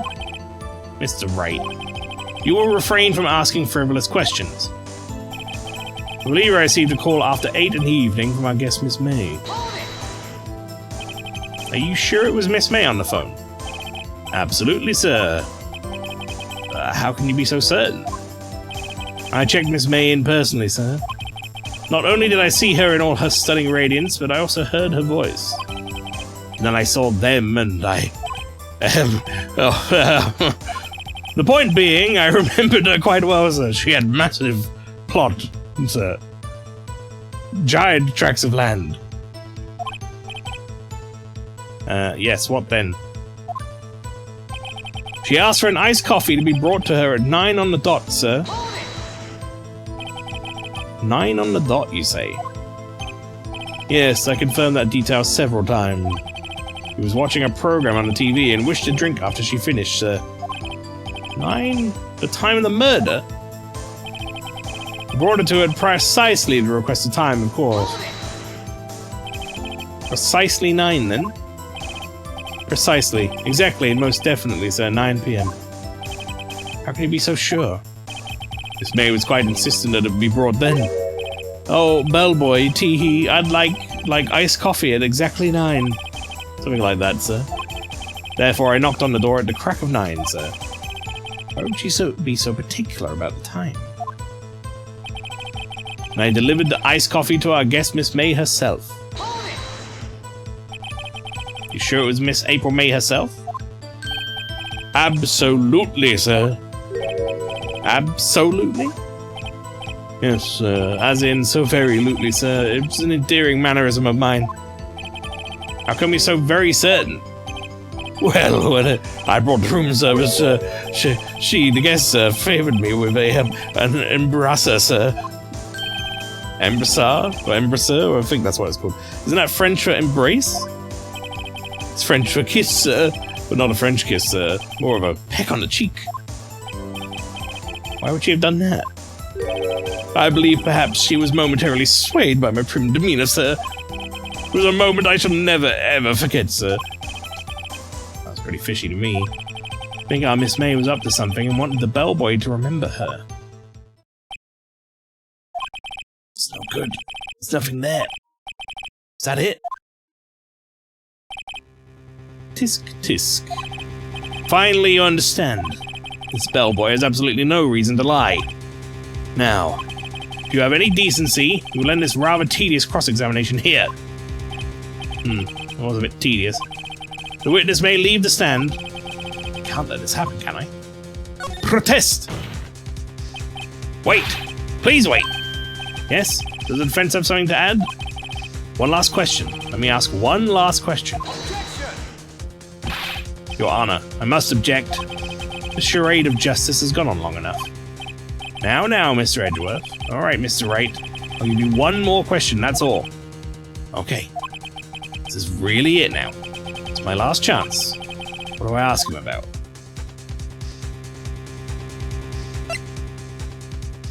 I think... Oh, this is tough. I don't think check-in's gonna be that useful. Room service. Bed making doesn't seem useful either. I mean, it's between these two. Let's go room service and see what happens.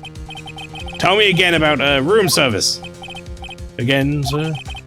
Exactly 9, I delivered room service to Miss Ray's room in 303. Guest had requested iced coffee. $18 was the charge, as I recall. I see. $18? Does that seem a bit expensive? Yes, well, iced coffee for 2, you know. And we don't skip on the ice, sir. What did he say? What did you say? Rather quite. Bellboy, tell us the truth now. Was someone else staying in Miss May's room? I object! That was objectionable. Objection overruled. The witness will answer the question. Oh, yes, I see. Why did you not mention this in your testimony? Well, sir, you didn't ask. Nice try. That's the sort of thing you're normally supposed to mention. Yeah, it's quite... it was the good barista there, sir, Mr. Edgeworth, who... I know it was barrister, but I said barista. He asked me not to mention if it wasn't specifically asked, sir. You fucker. You cheating fucker. You fool. Done it. I've won! Miss April May checked into a twin room with a man, correct? Yes, sir. Then, when you brought them room service, you didn't see that man in the room. That's right, sir. Your Honor, we've just learned of another person involved who may have been the murderer. In light of this new fact, I hold that it's impossible to judge a defendant. Wouldn't you agree, Mr. Edgeworth? And who, Mr. Wright? Who is this other person? Simple. It was... well... the man who checked in with Miss May. Your Honor! As has been previously revealed, Miss April May was tapping the victim's phone. Yet Miss May herself has an alibi at the time of the murder. However, that does not clear the man that was with her. The bellboy saw no one else in the room at the time of the murder. My, what a convenient little setup, but it's too late. Too late? I suppose you'd like it if it was too late, wouldn't you? After all, it was you who hid the presence of the other man from this court. Oh, frack. Upstart amateur. These accusations are ludicrous. Enough! Court acknowledges the defense's argument. I expect the prosecution and defense to look into this matter fully. Am I understood? Yes, Your Honor. That's all for today for the trial of Mayor Fay. Court is adjourned.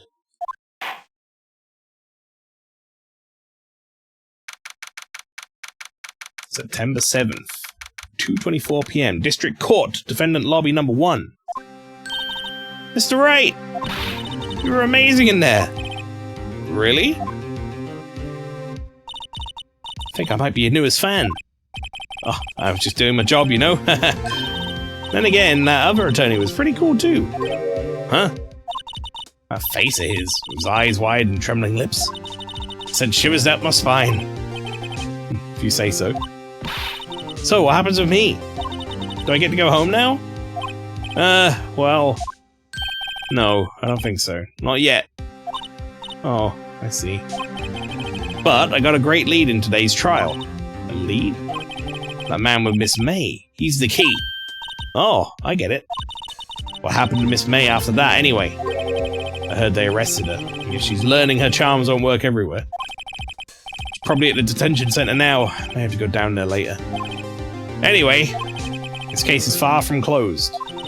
Yes, sir! I'm gonna find out more about this man. You think he was the one who... maybe so. Sis. Don't worry, I'll find him by tomorrow, I promise. Counting on you! I asked for a full record of April May's testimony. Thought it might come in handy during the trial tomorrow. But now that I have it, I'm not so sure. Most of her testimony was all lies. In fact, there's only one part that hasn't been stricken from the record. The victim dodged an attack and then ran to the right, but she was caught and struck. I don't know how much good this will do me at all, now. Anyway, time to hit the pavement, do some investigating. Maya doesn't belong in that detention center. It's up to me to set her free.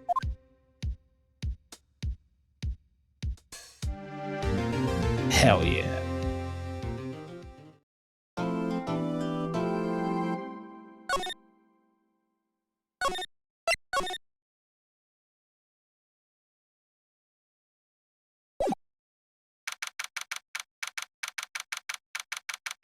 September 7th, 3:11 p.m. Detention Center Visitor Room. By the way, this is actually a new recording session for me. I'm going to be stitching these together in such a way that it shouldn't be super obvious. And I probably won't even bring it up next time, but just so you know, that's how we're doing this. Well, hello. I didn't expect anyone to visit me in such a dank place as this. It's really quite moving. Not, you stinking lawyer, I hope you die. Have you come to laugh? Yes, laugh at the fall of Miss May. No, not really. There's something I wanted to ask. Unfortunately, there's nothing I want to be asked. Haven't you done enough questioning, you spiky head? Here we go again. Please, just scaring the security guard.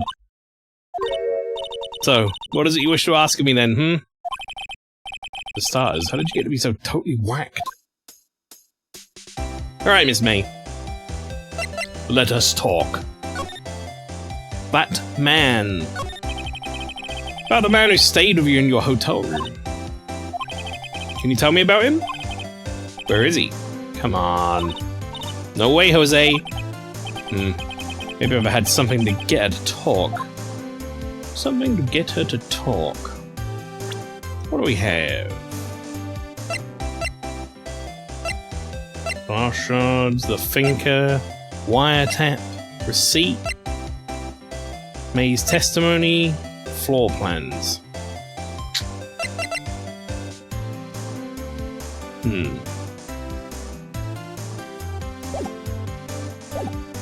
Let's try and present some stuff. She's gonna say I don't give a shit about this. Let's just present the stuff that is relevant to her first off. Hey, guess what? Actually, I really hate your guts. Did you get lost? Goes well. I'm not cooperating. Thanks, I noticed. Okay. Doesn't care about that. How about your testimony? Nope, nothing to do with that. I'm gonna show you my badge. No. Alright, well. She is gonna be completely fucking pointless to talk to. So let's go elsewhere. How about we go... Let's go from the top. September 7th, Fay & Co. Law Offices. Looks like forensics is taking the day off today. Detective Gumshoe's nowhere in sight. The police really gave this place a working over. Doubt there are any valuable clues left. Suppose it can't hurt to take a look around, though.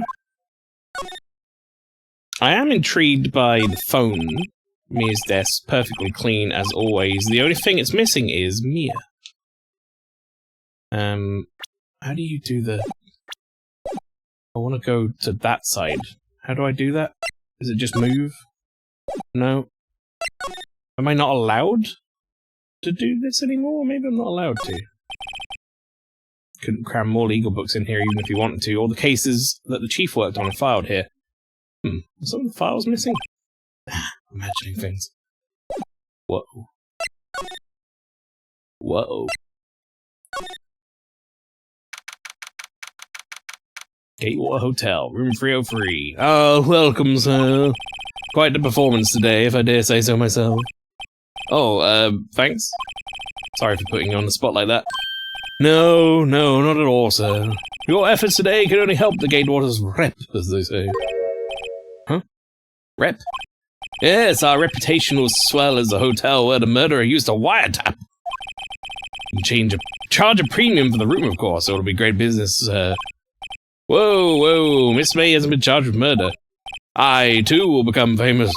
The bellboy who brought the murderer iced coffee. Why do I feel like we're both stuck in the same bad dream? So, you're our honored guests. Please, let me know if there's anything I can bring you. You can bring me some funky fucking tunes. I love this song. Well, let's talk. About Miss May. Oh, her? Sir, not to boast, but I knew the moment I saw her. She'd do it, I said. Do what? I'm starting to think the most suspicious person here is this guy. I wanted to ask you about the man who was with Miss May. Ah, yes. He struck me as a real lady killer, if you'll pardon the expression.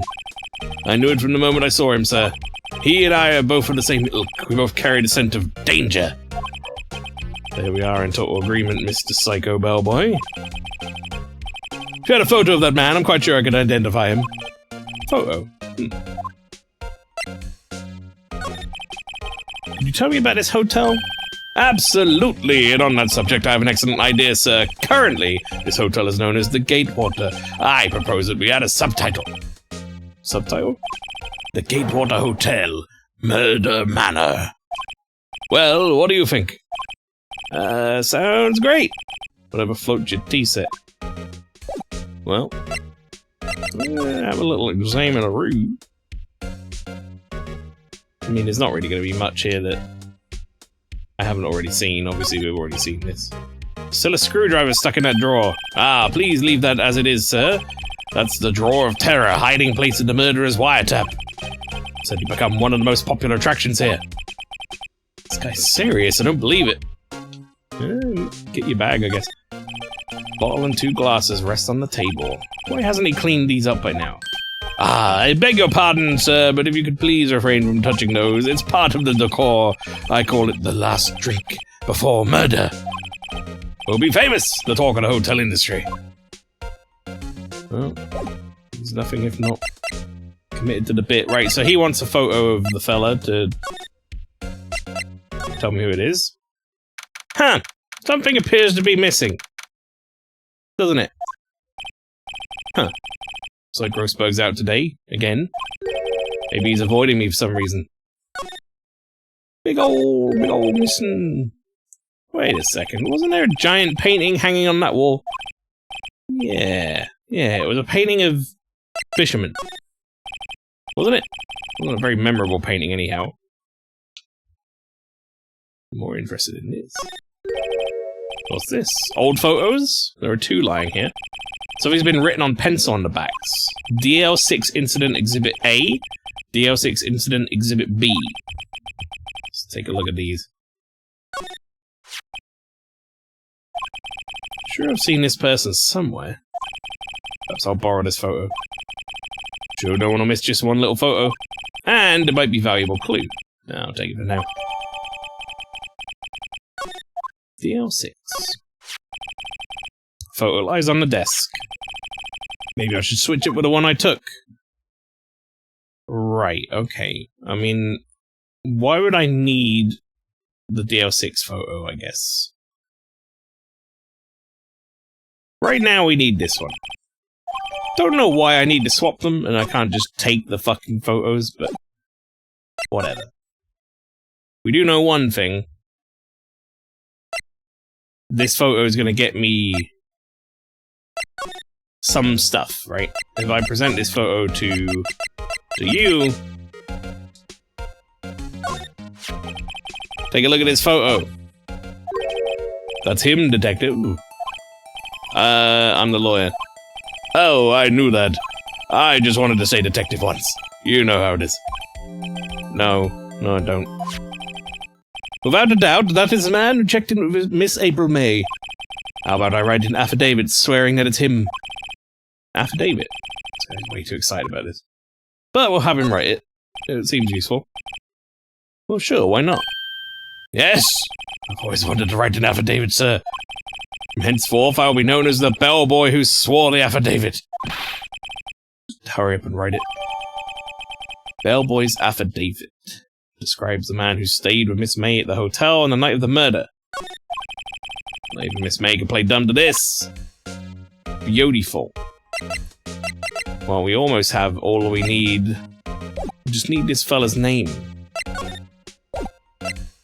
You know who's gonna give us the name? You again! How do you take a hint and stay gone?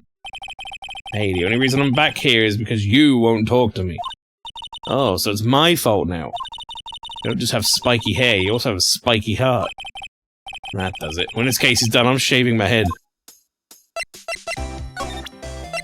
I got a couple of things to show you. How about this? You interested in this?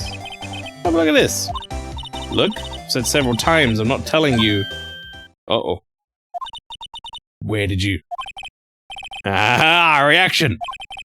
This is him, isn't it? What? Who? When? Why? It is him. This is the man who stayed in your hotel room the night of the murder. No, that's not right. Nice try, Miss Cooperative. Do you have proof it was him? Yeah, proof. Show me proof. So close. Well, I do have proof, as it so happens. I have an affidavit. Have a look at this. What's that? Bellboy's affidavit. Tells us everything he saw. Such as the man you checked in with. Who was most definitely this guy. Now I'm getting somewhere. Ease her fears or push her hard.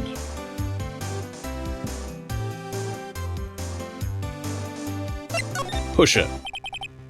This is it, all or nothing. Time to do a little bluff. No use playing dumb, if indeed that's an act. If you don't talk, I'm taking this info to the press. What? Even though he should have been witness to murder, your little friend was missing. I'm sure the press would have a field day with his reputation. Uh-oh. Oh, fine, I'll talk. You win, lawyer. Yes, man, that felt good. It's great to be alive. Why are you pumping your fists in the air? Now, tell me about the man you were with. That man, he's my boss. Wright, president of the information gathering conglomerate Blue Corp. Wright? Information gathering? Well, I suppose you could call it a detective agency. So this is the man that was with you the night of the murder. I'm scared to talk. I don't want to end up like her. It's okay. I'll just ask Mr. White himself. Can you tell me where Blue Corp is located?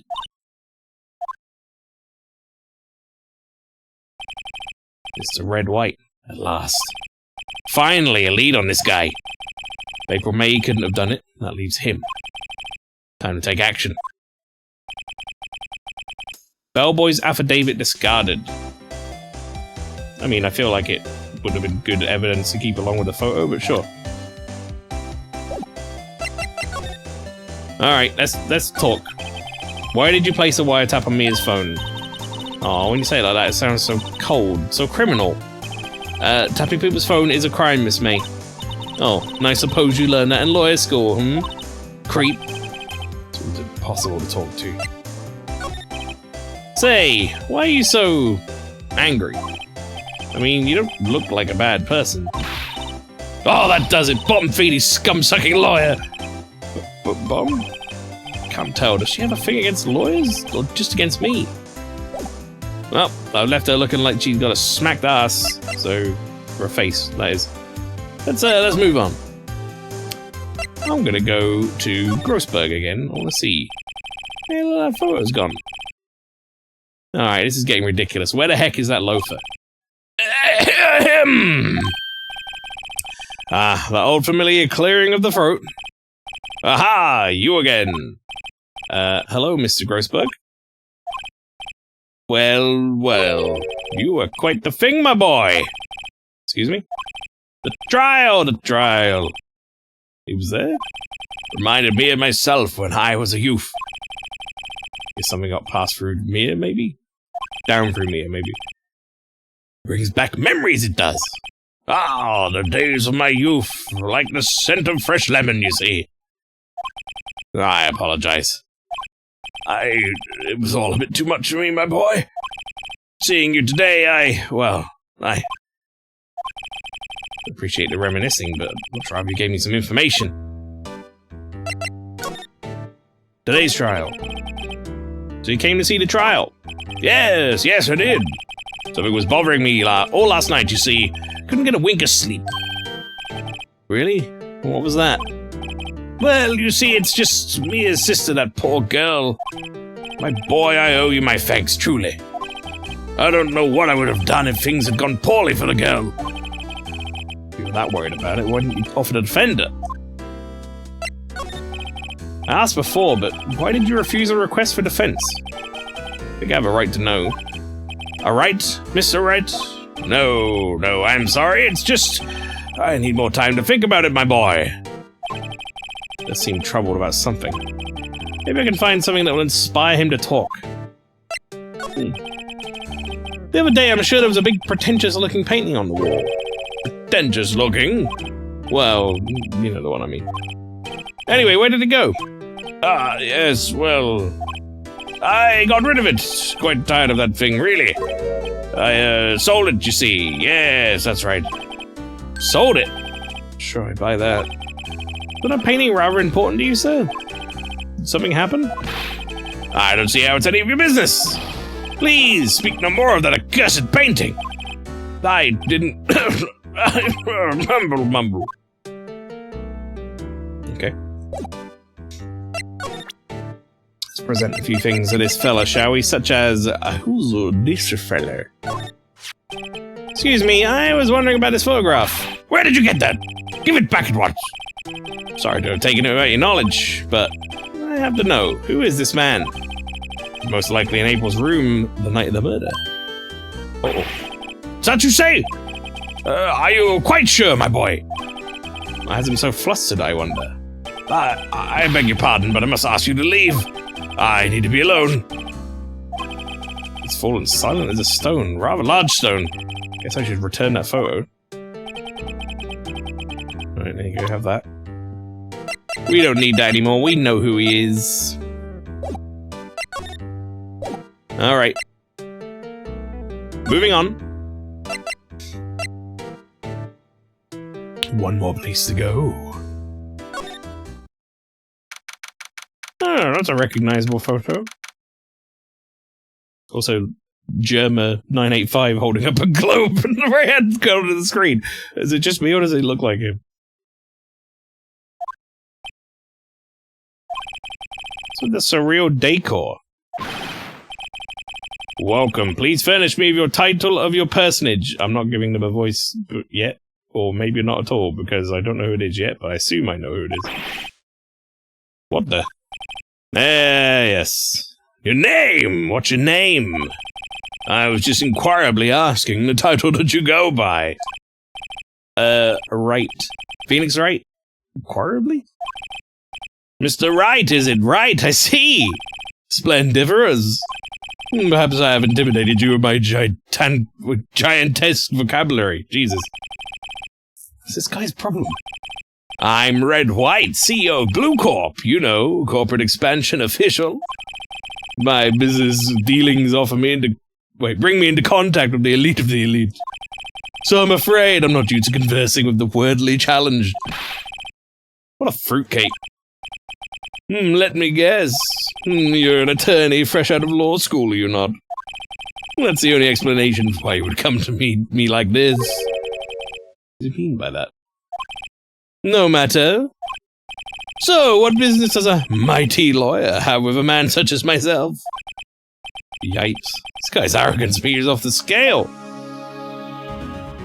Oh, how about we examine your room a little bit first? Like this fucking painting.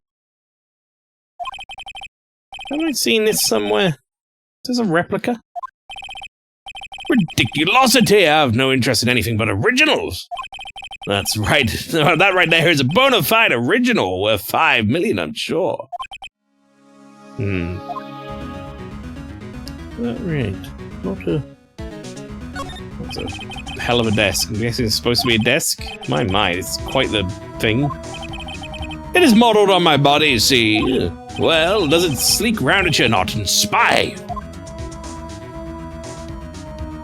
What about all these trophies? Impressive lineup of trophies. Judge's Special Runner-Up, Best Participation. Judge's Corporation Award, Special Good Try Prize. Huh. The word judges and special kind of stand out. Statue of a man holding up the world. The Blue Corp sign certainly stands out, though. Model for the man is, of course, Mr. White. Truly a work of art, but probably too beautatious for you to appreciate, correct? I think it's a little too beautatious for just about anyone to appreciate. Alright. Talk, asshole. Miss May is an employee of Blue Corp, is she not? Correct, she was my secretariat. What a shock it was to hear what she's done. What she has done. You mean the wiretap? Indeed, she's paid to answer phones. Tapping them is not in her job description. She does gather information for us as part of her duties, but I assure you we do not condone illegal methods.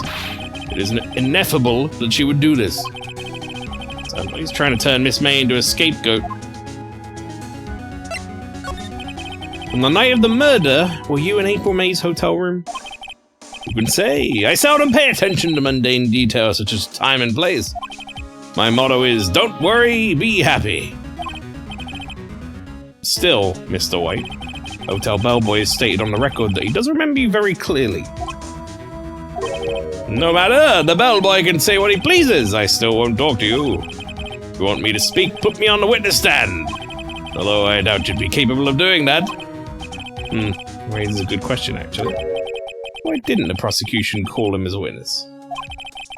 Should have seen the same thing as April May. Oh, the police, the courts. To me, they're mere toys, playthings for my amusement. Really? What kind of company is Blue Corp anyway? Ah, excellent question. We buy and sell various kinds of information. We're a company of the future, you might say. If we are the future. Sell information. Just 10 years, I've built this business up into the grand office you see now. Ah, in case you were wondering, Blue Core was named after the color blue. I, Red, White of Blue Core and founder and CEO, named it so. And why, you ask? Because I like the color blue, of course. Fantabulistic, is it not? What about that painting? There's something that's been bothering me.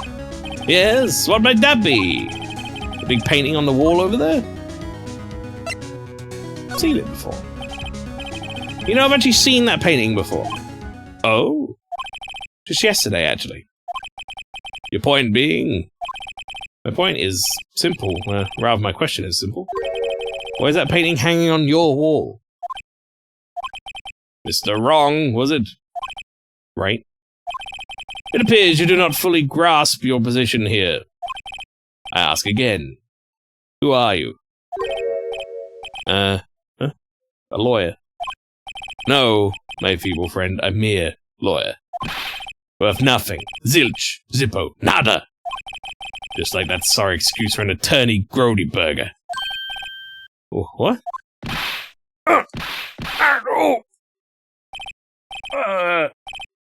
You punched me! Well, Mr. Lawyer, what will you do, eh? Charge me with assault? Charge away, I welcome it, for it is you who will be found guilty. What?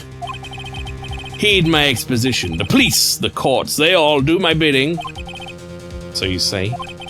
But I wonder, is that kind of control really possible? Don't expect you to understand that it's a world beyond your compensation. Comprehension. You came here from Grody Burgers, I presume. Mr. Grossberg's, yes. Then you must ask him, why is it that this painting of his hangs here? Perhaps then he will tell you. Perhaps he will explain how a man can live life purely for personal profit.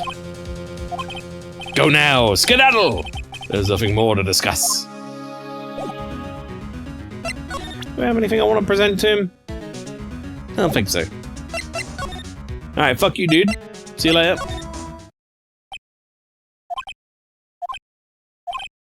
Huh? I don't think he's noticed me standing here. Maybe I should clear my throat? Ahem! Jehoshaphat! Oh, you! What's wrong? You look so pensive, like an old man, the end of his days. I'm not senile yet. I was just thinking about this whole mess. If he's really bothering, that much is clear. Alright, well... I don't think I can present, like, the photo, or the painting or anything, so I guess I just talk. So he came to the trial, yes, didn't we already do this? Yes, I did. Something was bothering me all last night, we're gonna get a wink of sleep.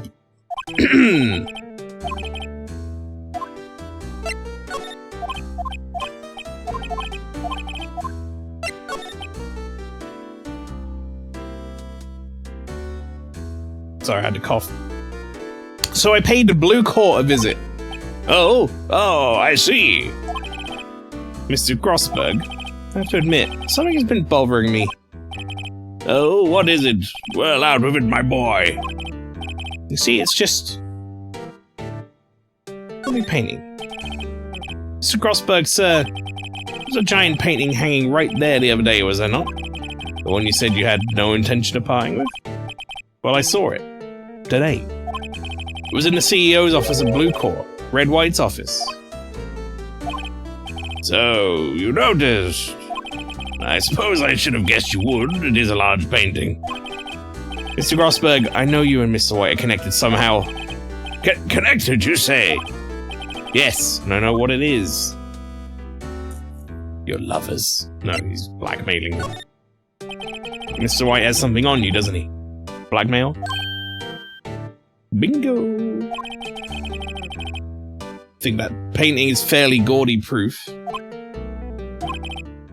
Very well. This may be the chance I've been waiting for. Maybe it's time to get this off my chest so I can finally rest easy again.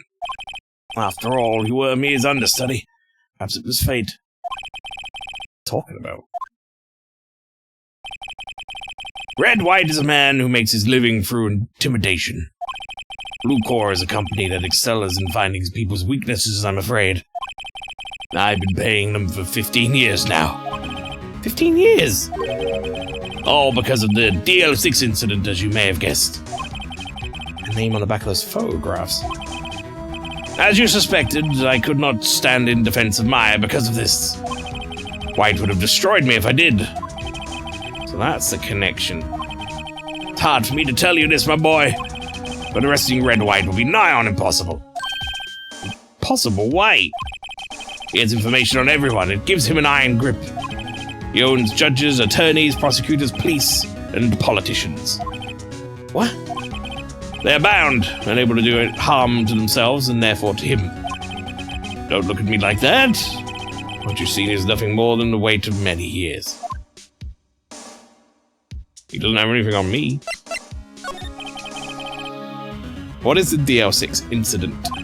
DL6 is nothing more than a sorting code the police gave the case. It was 15 years ago now. I received a request from a medium, a spirit medium. Oh, it's this fucking case, huh? Her name was Misty Fay. Fay? Indeed, she was Mia's mother. She had been investigating a murder at the bequest of the police. And she failed. As a result, police called her a fraud. This is what Maya was talking about the other day. I did all I could for her, and in the end, we cleared her of wrongdoing. That murder case, however, remains unsolved to this day. That case is the DL6 incident. Sure, that is not going to come back at some point in this game, in this series. But why were you blackmailed over this, Mr. Grossberg? The DL6 incident was top secret at the time. It made sense. The police didn't want people to know they were using a medium. They couldn't let people know. But one person found out. I told him. You told White? He offered me riches. It is an embarrassment to me now. Because I talked, the police were mocked far and wide. In secret, they began looking for the one who sold them out. Of course, White heard about it, and he came to me. Only this time, the offer was blackmail. Let's see. White controls the law of this country as he sees fit.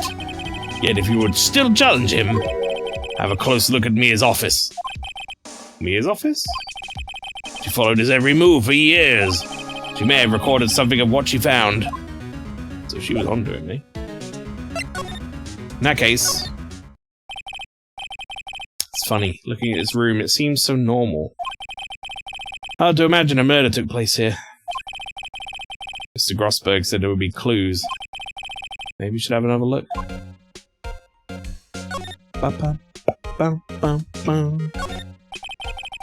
All the cases the chief has ever worked on are filed here. They're in alphabetical order. Let's take a look. Which file should I look at? Well, I'm going to say probably A to I makes a lot of sense, right?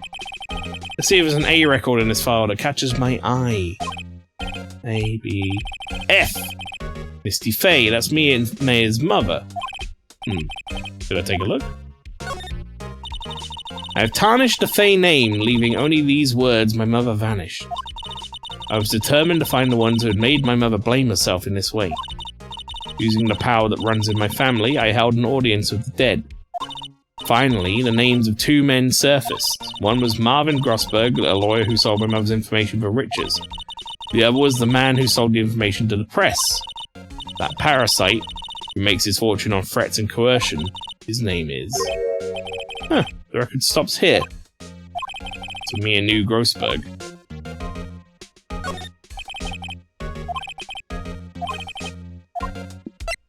J to S.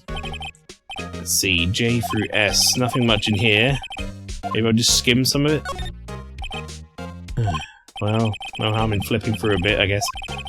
Biggest parts here, and the end of S. Suicide? Ew. Here's a collection of suicide reports. It's politicians, policemen. He's writing on most of these in pencil. White. This is Mia's handwriting. Wait, I get it. Mia thought he was involved in these suicides. White drove them all to. You can use these newspaper clippings. Let's find the most disturbing one. Article about a politician's suicide. Word White is written in pencil at the top. Well, you know what? I'll check it one more time. Because we didn't check the last one, even though it's going to be irrelevant. But let's do it anyway. T-U... I don't know, W. White. It'll be missing. The entire W section is missing. Was it taken? Intriguing. Now, the question is, do I show that to Grossberg or do I show that to Red White? I'm going to try Grossberg first. I have played all these games. A reminder, by the way, I've played all these games and I know, like, kind of know the broad strokes of a lot of the story. When I say all of them, what I mean is I played this Ace Attorney trilogy of games. I played Apollo Justice. I played the first Ace Attorney Investigations. I don't know if I beat it though, and I also played the one of the 3DS games. I think it was the first one Dual Destinies. It was the first 3DS game after Apollo Justice, and I got to like the third or fourth case or something on that, I think.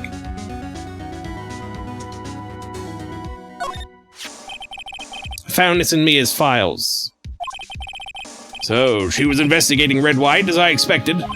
Well, if you want to challenge him, you could present this in court. Not a bad idea. The real question is, what do I do now? Well, aren't you persistent? Sorry, but there's something I have to ask you. Mr. Lawyer, I really hate having to repeat myself, but it seems the message has not yet penetrated your thick skull. Stop bothering me. You try my patience further, I fear a nasty accident may occur. Do I make myself clear? Transparent.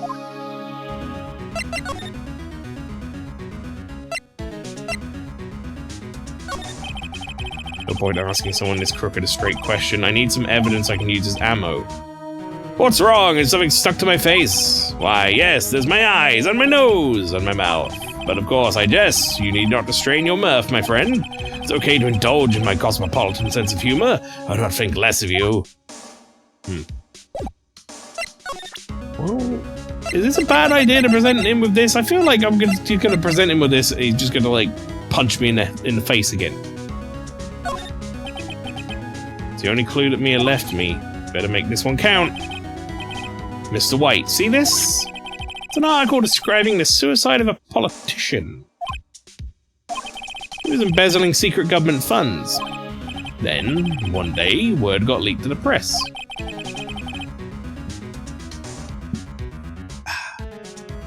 The very next day, he took his own life.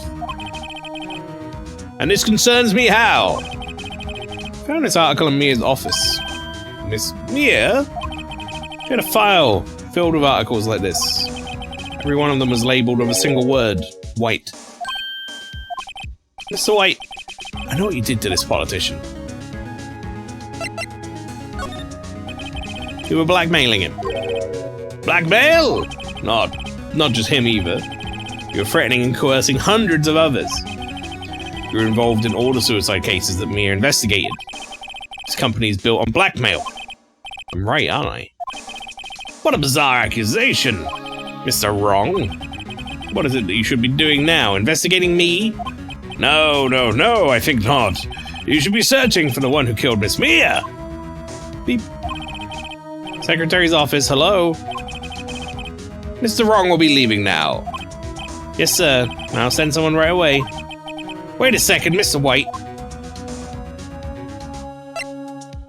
Wrong. You're wrong, Mr. White. Excuse me? What I should be doing now is going after you!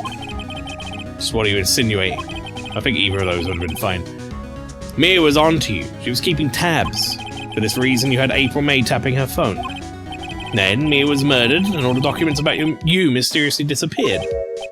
So the culprit would be... Even a child could work it out, Mr. White. You did it! Beep. Secretary's office. We won't be needing an escort from Mr. Wong. Wrong, not Wong. That's a different guy. Instead, please connect me to the public prosecutor's office. Of course, sir. One moment, please. White? That you? What are you doing calling me at a time like this? Hello, Chief Prosecutor. I've changed my mind. I want to testify tomorrow. What's this about? The Mia Fey case. I witnessed the murder, you see. And Lurs is a very important witness, so I would like to testify. What? Why now? I thought you said you didn't want to go to court. Quietude! Told you I changed my mind, didn't I? Oh, and one other thing. Send the police over here right away. The man is standing right in front of me. He looks dazed, but he could be violent. What man? You even listening? The executioner, the hatchet man, the liquidator, the killer man. What? Mr. White, this isn't another one of those. Chief Prosecutor, I do not believe you're in a position to freely offer your opinions to me, correct? I'm telling you to send the police now. Did I not tell you, Mr. Wrong? You're a mere lawyer, as was Miss Mia. How dare you! I'll point the finger at you and you'll be tried as Miss Mia's killer. Case is as good as settled. No lawyer of any worth would offend you. I have friends in the local lawyers association, you see. You'll be given a lawyer so stupendously inept that they make even you look competent. I feel faint. Can't I just, like, defend myself? That's a thing, right? Detective Gumshoe reporting in, sir. Ah, Butts! Harry Butts! Right, actually, I think it's right. And my friend's name is Larry. Oh, right, sorry, pal. Butts was that murderer, right? No. Detective Gumshoe! I present to you the man who killed Miss Mia Fey. What? Take this despicable human being into custody. My aircon decided we were done, and I don't think it is, because my room's still 24 degrees. Farewell, Mr. Wrong.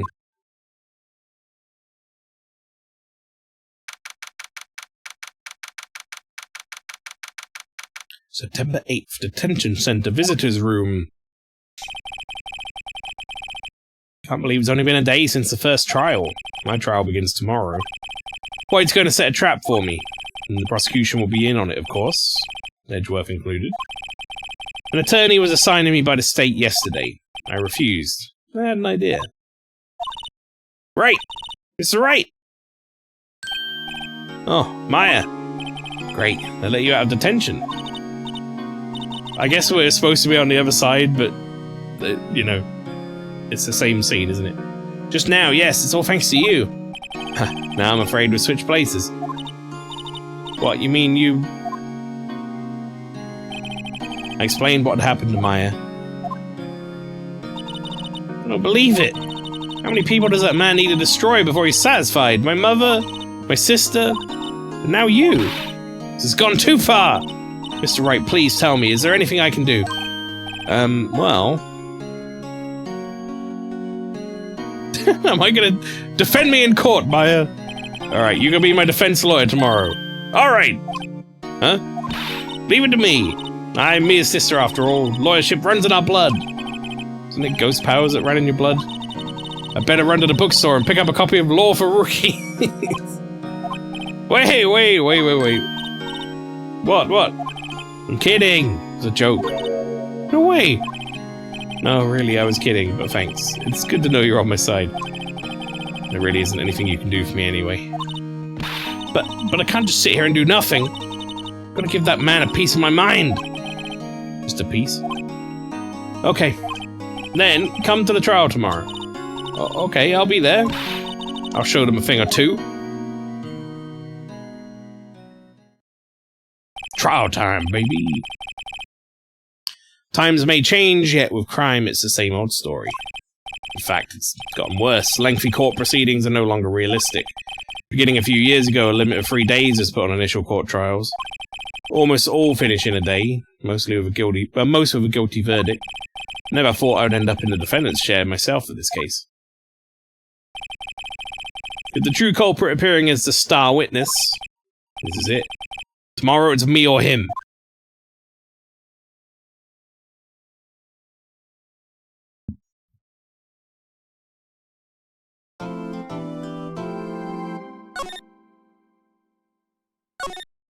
And we save.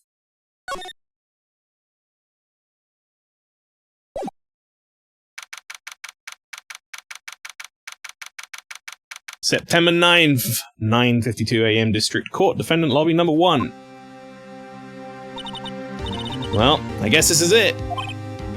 Yeah. One way or another, this case gets decided today. Ah! Phoenix, look! Oh. Edgeworth. Prosecutor Edgeworth. I received a call from the Chief Prosecutor's office yesterday. I was told that whatever Mr. White says today, it will be the absolute truth. No matter how you try to attack his testimony. If I raise an objection, I have it on good faith that the judge will listen to me. What, does Mr. White have the judge in his pocket too? So you're saying I'm going to be guilty? End of story. I will do anything to get my verdict, Mr. Wright. Anything. Why? How can you torment an innocent person like this? Innocent? How can we know that? The guilty will always lie to avoid being found out.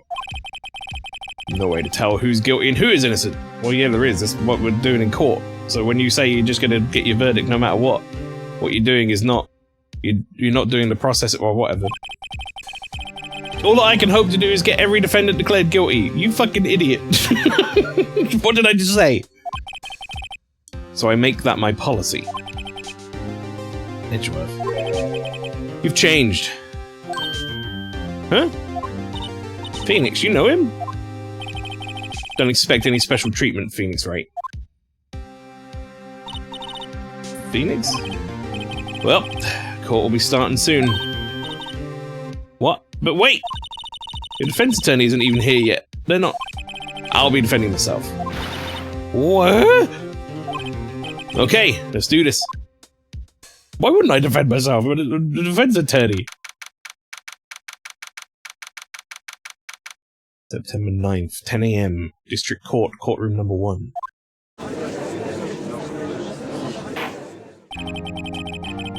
Court is now in session for the trial of Mr. Phoenix Wright. Prosecution is ready, Your Honor. Defense is ready, Your Honor. Mr. Wright, are you sure you're up to doing this? Yes, Your Honor. I'll be defending myself.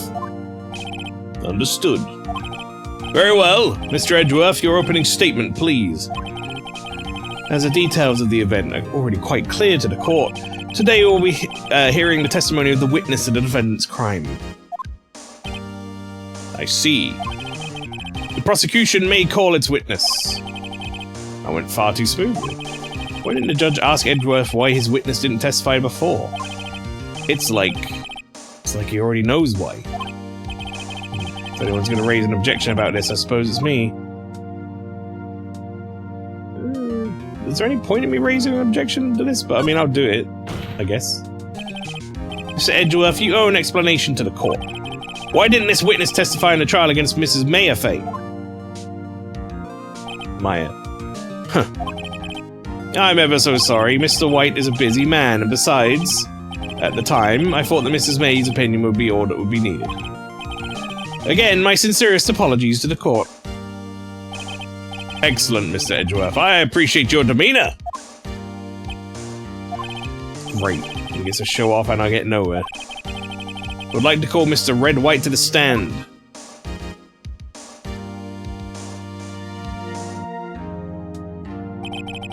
Please state your full name. You wish to know the title of my personage? Your name? Yes, that is what I said. Oh dear, my elocution's confused. Name. He's so great together. My name is Red White, but my friends call me Blanco Nino. I am the CEO, or to use a more common term, the president of Blue Corps. Did you know the victim, Miss Mia Fey? That would be a negatory. No, I did not. You were at the Gatewater Hotel the night of the murder? Correct. And you witnessed the murder from there. Ahem. Why tell you what you already know? Very well, Mr. White, you may begin your testimony. If I can't rip this guy's testimony apart, I'm done for. I always feel like this is the end of the world and I'm the last man standing. Ho ho ho. I hope you've made your peace with God, Mr. Lawyer. Let him have it, Phoenix. Yeah, let's see your shitty testimony, brother. Let's see, it was about 9, I believe.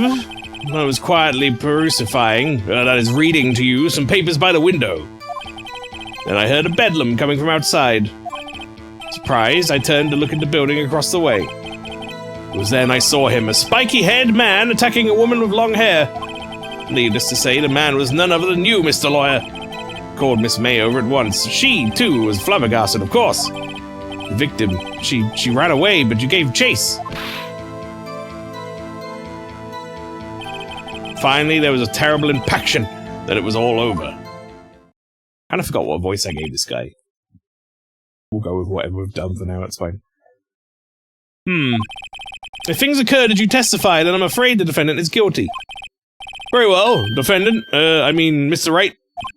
The cross-examination. Yes, Your Honor.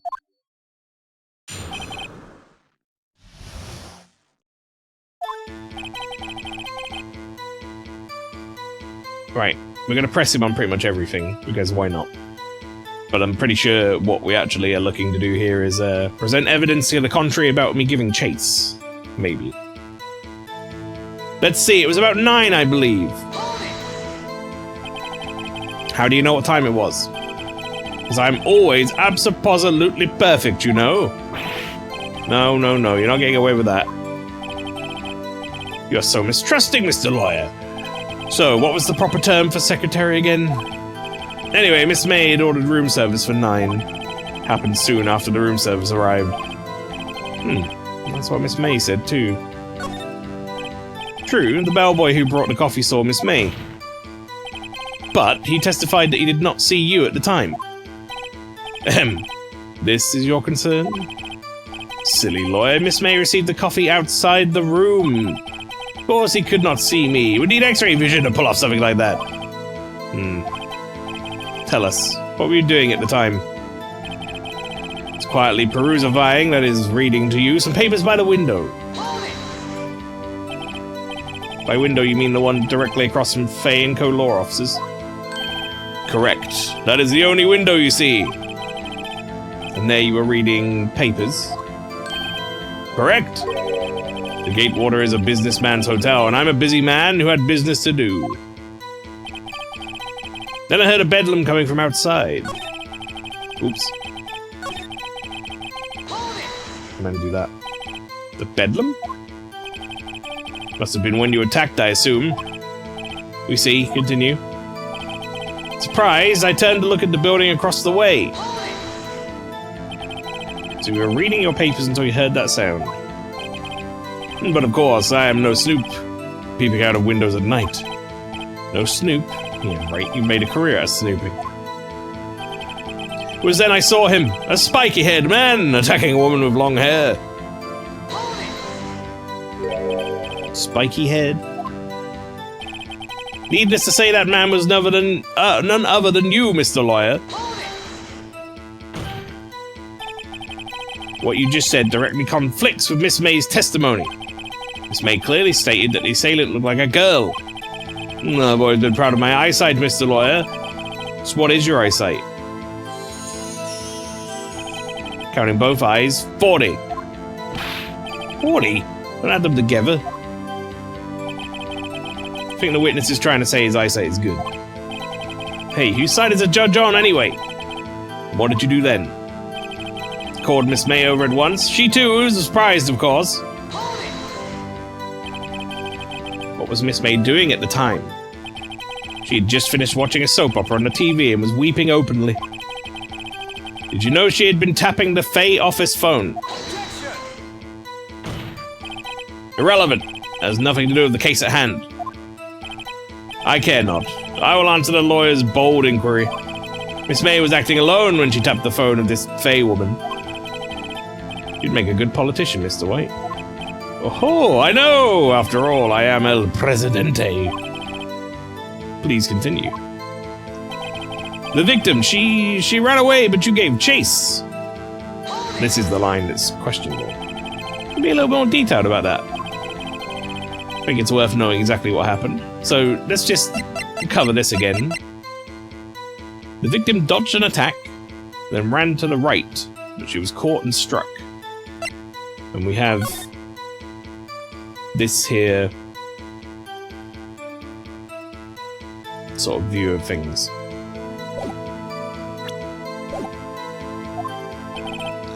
Of course, comprende, I understand. The victim was attacked by you and ran to the left.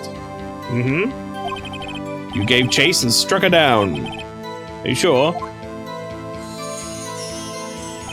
As you know, I am always abso-positively perfect. Perhaps you can change your testimony to reflect this new detail, so I can present some fucking evidence. Motherfucker. Objection! Wait right there! Mr. White, you dug your own grave. What is this? Said the victim ran to the left. Well, that directly contradicts Miss May's testimony. She clearly stated that the victim ran right. That's because one of you would have a viewport of inside the building as you were smashing her over the head with a fucking statue, and the other one was looking out of a window. Oh, it is simple. You have misheard her. Think not. Look at the floor plans. Killer was here, and the victim was here. The victim ran to the left, as you claimed she did. She would have been running directly away from the door. She would have been running into a dead end. Do you find that odd? Look at his face. Very strange. I did see her run to the left, I did. Phoenix, look at his face. I don't think he's lying about this one. He's not. It's because he was in the fucking building, Mayor. True. Maybe he really did see the victim run left. So he did witness the killing. Wait a second. Mr. Wright? Yes, Your Honor. Miss May says right and Mr. White says left. Can you explain this contradiction to the court? Both witnesses are telling the truth, for once. Ha! I doubt it. Rather, that does not clear up the contradiction. There's one scenario that would explain their conflicting accounts. What? Obviously, the witness was not viewing the crime from the hotel. Mr. Wright, what do you mean? Yes, what do you mean? He was not viewing the crime from the hotel. If he was not in the hotel, where could he have been? Well, in the law offices of Faye & Co., of course. Smashing someone over the head with a murder weapon. More specifically, he was standing here. Time to show the court where Mr. White was standing. I love this music. Standing right there, innit? This is where he was! Look! When the victim ran for the door, he was watching from this viewpoint. To him, it would appear that she ran to the left. Please, there's no time for jokes and ill taste. That's where the killer was standing! Nice of you to catch up with us, Edgeworth. Order! I will have order. Anyone disturbing the order of this courtroom will be held in contempt. Mr. Wright, what are you suggesting? You're a rapscallion! The postulations of the defense are a distortion of the truth, Your Honor. Indeed, they do seem a bit far-fetched. Wow. You provide us with so much entertainment, Mr. Lawyer. What now? He's laughing? The hilarity of the moment made me remember something. It appears I've been unclear, and for this I apologize. Mr. Your Honor, might I be allowed to testify once more? Very well. Let's hear your revised testimony. Good luck. Can't fix a broken testimony, buddy. ran to the left. Miss May's testimony was correct, as was mine. When you assaulted the girl, she first ran to the left, and then you hit her savagely. That was what I saw. Next, with the last of her strength, she ran to the right. You chased her and delivered the final blow. Bullshit. Bullshit. That's bullshit, mate. That's bullshit. Bullshit, mate.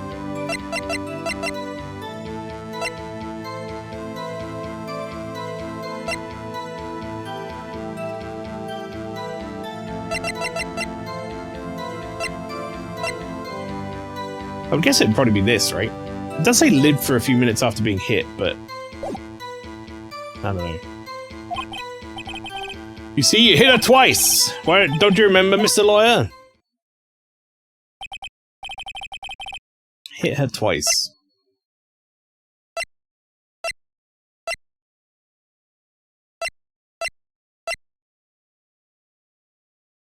I mean, it says it victim dodged an attack. And then ran to the right, but was caught and struck. Does seem to make sense when you'd be cross-examining the witness testimony.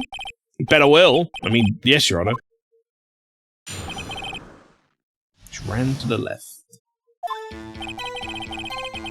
Miss May's testimony was correct, as was mine. What do you mean by that? That's what I'm about to explain. You Americans, always so impatient, it does not become you. Have a hamburger. Hey buddy, you're an American too. When you assaulted the girl, she first ran to the left. Whoops.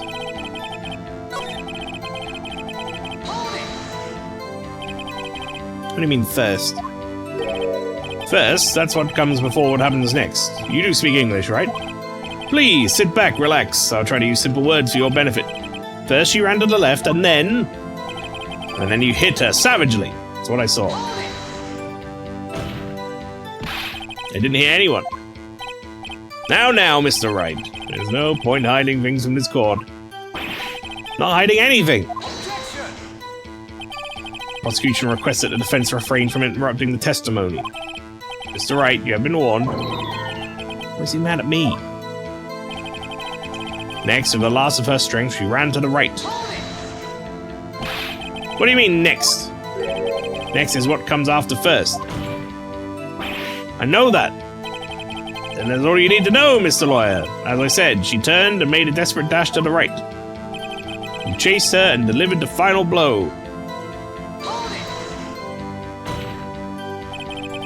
Stop saying it was me.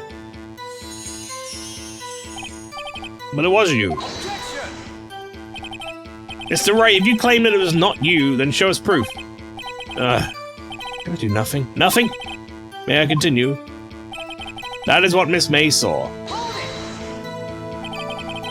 So each of you saw different parts.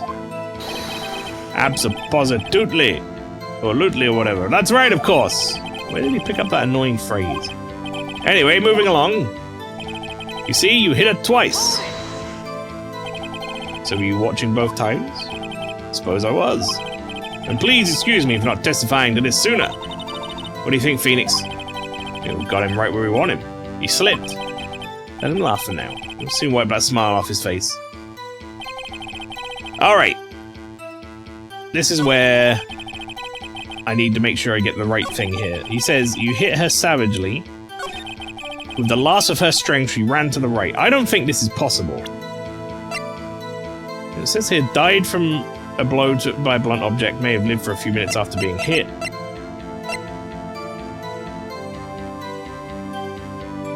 Dodged an attack and ran to the right and then was caught.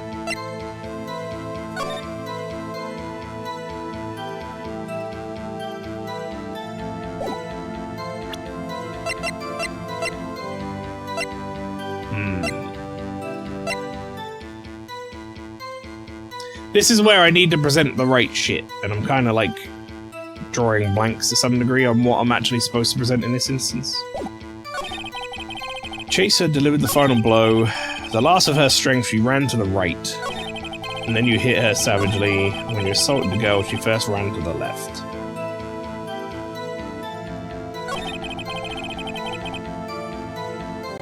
Oh, hang on a second. What does May's testimony say again? Victim dodged an attack and then ran to the right, but she was caught and struck.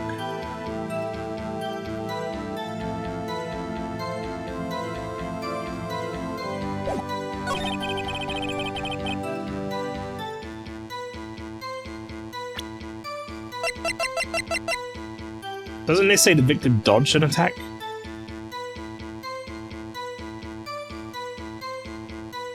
You hit her savagely. The last of her strength, she ran to the right. So, her stuff here says that the victim dodged an attack and then ran to the right, but she was caught and struck. You're saying that I hit her and then she ran to the right. I'm going to present this. Well, this might be wrong. It is wrong. You can tell it's wrong because the music carries on, chat. That's one thing about this game. Now, this is where you can actually see a little bit of like how this game functions. See at the top right, I have a health bar. Basically, this is like your amount of tries you can do or whatever before you're done. This evidence clearly reveals a contradiction in the statement, Your Honor. How exactly are that evidence and this statement just now related? They aren't, are they? Not at all. Mr. Wright, please think facts over before making accusations. So we lose a little bit of health. It's not too bad. The problem right now is that I've got to make sure... I've got to make sure that I get the right thing. I need to present the right thing on the right line. That's a lot of this game. Sometimes it can be a little rough.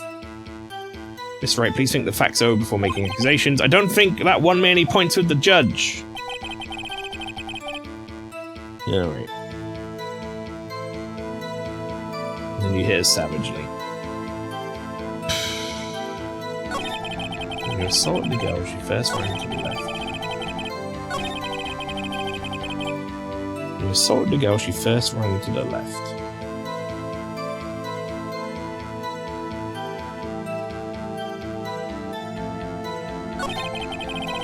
And you hit her savagely.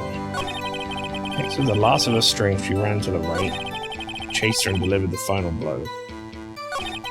That's what Miss May saw. See, you hit her twice.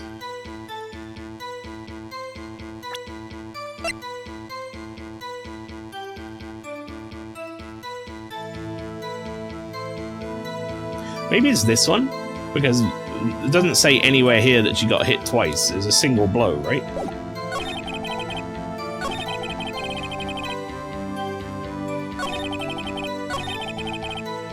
Like, this is a contradiction. Okay, very good. Thank God for that. Mr. White! The victim died from a single blow. I wish it said single blow on the autopsy report. That would have, like, helped clarify that. Made it a bit more obvious. Instead, it just said died from a blow. What do you have to say to that? Now's my chance to hit him where it counts. Mr. White, wasn't it you who told this court you were absolutely perfect? I'll refrain from using this phrase from now on. Your Honor, if you could ask the witness for a new testimony. The witness is obviously confused, Your Honor. I would like to request a 10-minute break. Yes, quite. The witness is confused because he's lying. I emphatically request that there be no break, Your Honor. Yeah, we want justice!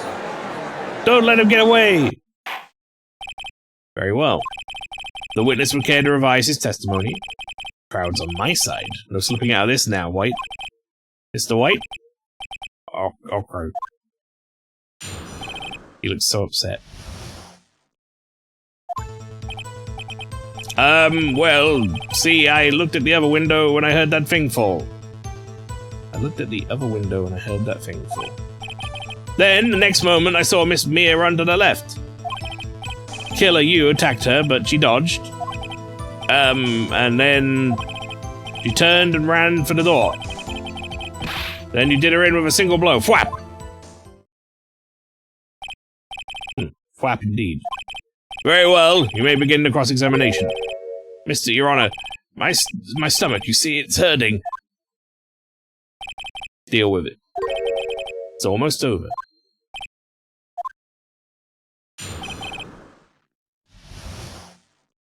The two accounts. Looked at the other window when I heard that thing fall. You heard that thing fall? What exactly was that thing? Huh? Oh, that, the glass light stand. Right, the one that had fallen over at the scene. Phoenix. Something about that striker is odd. Oh, yeah. Yeah, that is odd. I'll press further. Mr. White? Huh? What? You're saying you saw the glass light stand? Yes. Then change your testimony to reflect that. Sorry, my bad. The witness will revise his testimony. Okay, of course. A light stand was lying on the floor when I looked. The glass stand was lying on the floor. That's the first I've heard of this. Why didn't you tell us about the stand before? Well, why? Me? Well, I was instructed not to. Wait! 1 moment! Give me a minute to gather my thoughts. I'm so confused. Mr. White's falling apart. Your Honor, please, I ask that you do not allow the witness to be badgered any further. Mr. Wright, please refrain from badgering the witness. Yes, Your Honor. Edgeworth's on the ropes. Very well, the witness may continue his account. Alright, well, basically, he can't have seen this based on this, right? Because it wasn't in view. The glass light stand was out of view of the window. Objection! Motherfucker. Mr. White. It was impossible for you to have seen the glass stand. What? Look at this.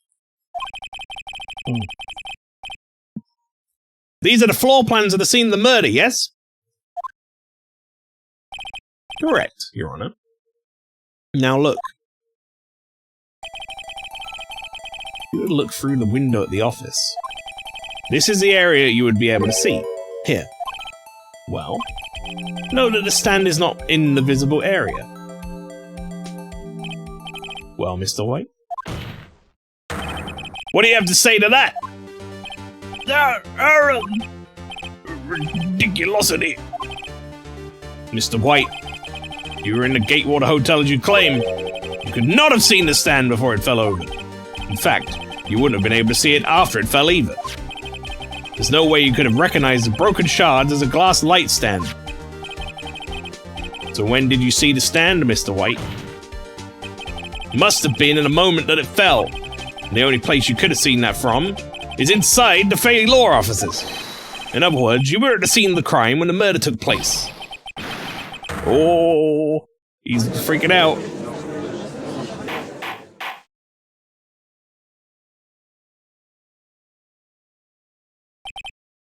Mr. White? Mr. White? You did it, didn't you? Mr. Your Honor. I, Miss Mia. Looks like we're about to get our verdict. Objection! That's far enough, Phoenix Wright. What? Oh, I forgot about Edgeworth. Mr. White. I think the time has come. Shouldn't you confess your crime now, What? I said you should confess your crime. Go. Confess that you placed the wiretap. The wiretap? Oh, fucking Edgeworth, man. Why is he gotta be... Like, I know later on in the series he becomes, like, a main character you play as, and he's, like, an upstanding guy. So why the fuck is he such a dick in this first one? And, like, giving up false evidence and shit. Order! Miss Edgeworth, explain to the court what you mean by this. Distinguished members of the court, Mr. White is slightly confused. Allow me to explain. I really don't like the way this is headed. As you know, Mr. White is the CEO of Blue Corps. He ordered his secretary, Miss April May, to tap the law offices of Miss Fay. Without ado, Your Honor. Question is, when was the wiretap placed in the office and by who? No, you wouldn't, Mr. White. In order to place the wiretap, you entered Mrs. Fay's office. Am I correct? Ah, correct! You are most correct, Miles. Give me a break. Yes, in order to place the wiretap, I breached the Fay & Co. law offices. That's when I saw that accursed light stand. Now I'm confused. Please explain to the court what this all means, Mr. Edgeworth. Gladly, Your Honor. Mr. Phoenix Wright has made his position quite clear. He has determined that Mr. White knew the glass stand was in the office. He's shown that there was only one time Mr. White could have seen the stand, at the very moment of the murder. Thus, Mr. Wright would like you to believe that Mr. White was the murderer. I see. However, it is a fact that Mr. White had been to that office well before the murder took place, when he went to place the wiretap. He could have seen the glass light stand then. Ergo, Mr. Phoenix Wright's theory is revealed for the baseless conjecture that it is. But yours is also baseless conjecture. Just baseless conjecture on top of a lie. Mr. White, you'll testify to the court about this wiretapping. Leave it to me. I feel faint. The wiretapping. It was the beginning of September, the week before the murder. I'd entered the Fay & Co. law offices. Of course, I had done so to place the wiretap. That's when I saw this glass light stand. So you saw the stand before the night of the incident. Let's just have a quick look at our stuff here. Died from a blow from an object man. Broken remains of a light stand beyond all recognition. Just have a look at our conversation real quick. This is September 5th. That's the night of. What?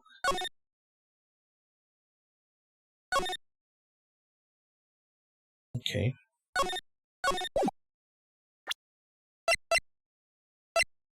And Miss May's hotel room.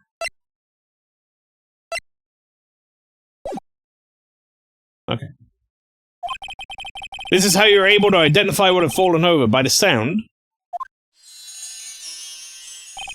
Correct, that is right. I see, very well. Mr. Wright, you may cross-examine. What am I supposed to do now? Good luck, Phoenix. The wiretapping. It was the beginning of September, the week before the murder. Do you have proof? Miss April May knew the details of Miss Fay's phone conversation. This proves that the wiretap was placed before the murder. Huh, right. I had entered the Fay & Co. law offices. Was it really you that went into the office? Or was it Miss May? Unidentified fingerprints several days old were found in the Fay & Co. law offices. Those were obviously Mr. White's. Yeah, of course you have those. Because why wouldn't you have those, like, submitted to the court record or anything? Edgeworth. And if I know Edgeworth, he's already run a check on those prints. Now, Mr. White, tell us why you went to the Fay & Co. law offices. Of course, I had done so to place the wiretap. Why did you tap me his phone? I think that's an incredible bearing on the case of Edgeworth. Like, why would you tap her phone? This has no bearing on the current case, Your Honor. Blue Corps is a detective agency of sorts. We have a responsibility to protect client confidentiality. That is when I saw this glass light stand. Why did you notice something so innocuous as a glass light stand? The light stand was made entirely out of glass. It was quite stylish, so I guess it made a lasting impression on me.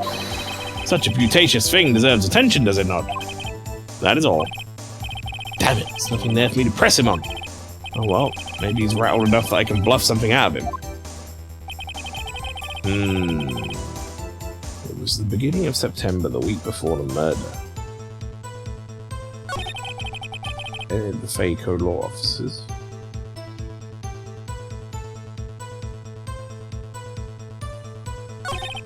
Of course I'd done so to place the wiretap. Uh-oh. Don't tell me I've run out of ammo. Tisk tisk. I'm afraid that's as far as you go, Mr. Wright. Time has come for you to admit your defeat. You fought honorably, and you fought like a bastard. No more. I can't take this anymore. Mr. Wright, are you giving up?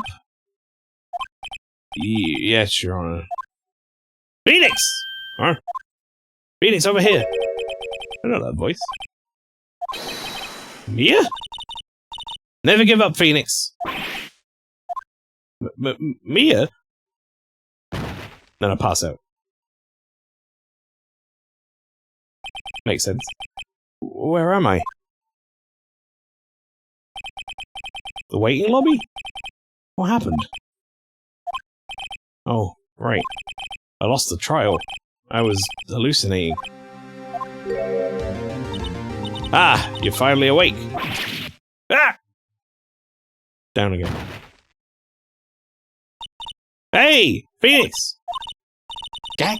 It's not a way to greet an old friend. Phoenix, I want you to look at me.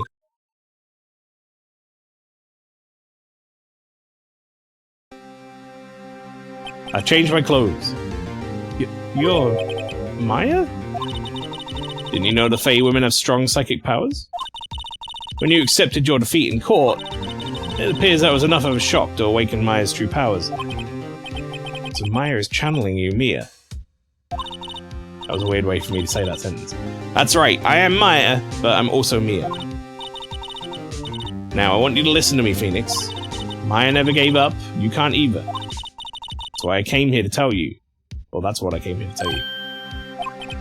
But we don't have much time, Phoenix. Now listen. You've already won. Huh? You have that receipt in the court record, right? Oh yeah. The one who you wrote Maya on. Phoenix Wright wrote that, not me. So, what do I do with it?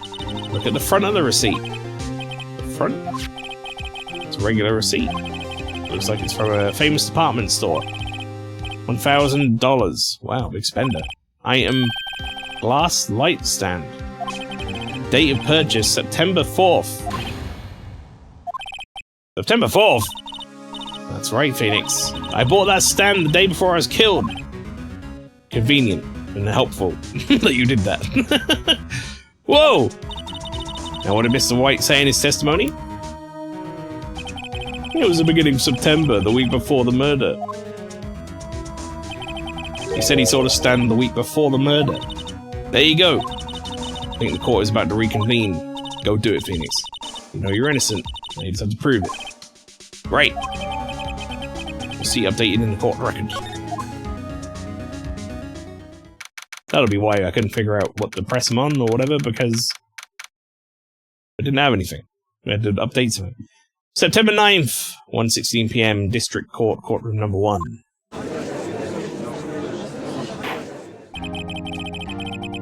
Sorry guys, I passed out.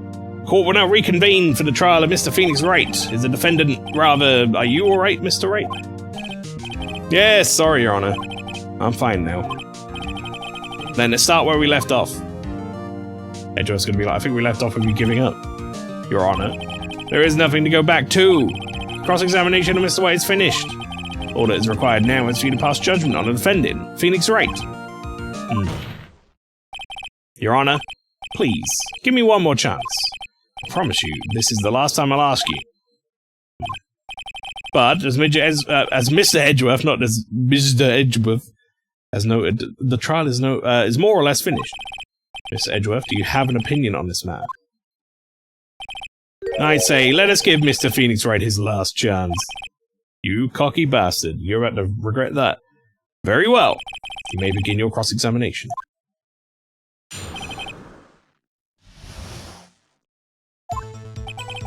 Beginning of September, the week before the murder. No, it fucking wasn't, you lying piece of shit, take this! Look closely at this. See the word Maya written in blood. Bro, you're grasping. I think not. Look at the other side of the receipt. The other side? No one thought to do this? Your Honor, could you tell the court what is written on the other side of that receipt? Well, a glass light stand.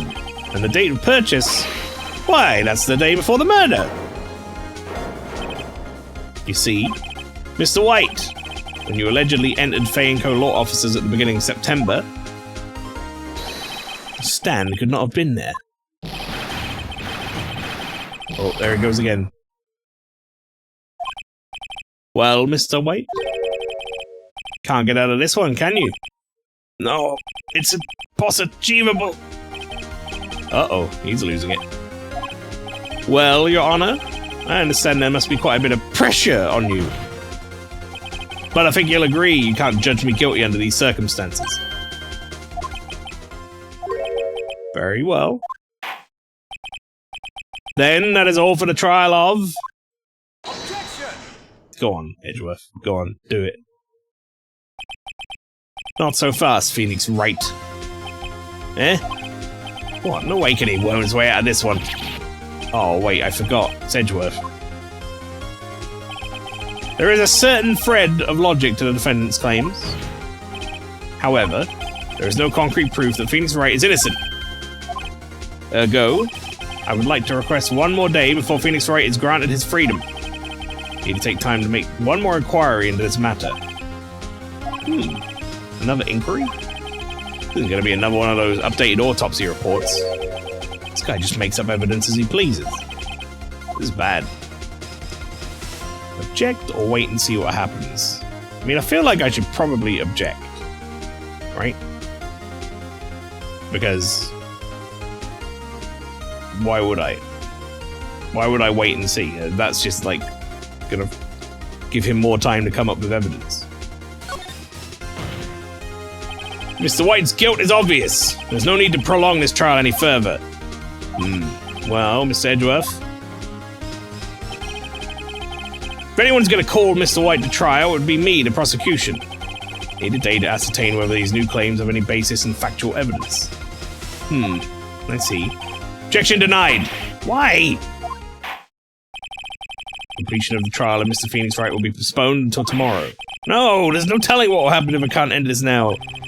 Edgeworth sure to come up with or just make up something. And after Mia showed up and helped me and all. Mr. Your Honor, may I go home? Of course, thank you for your time. Why would he be allowed to go home? The witness will stay. Mia? Phoenix, read this note out loud.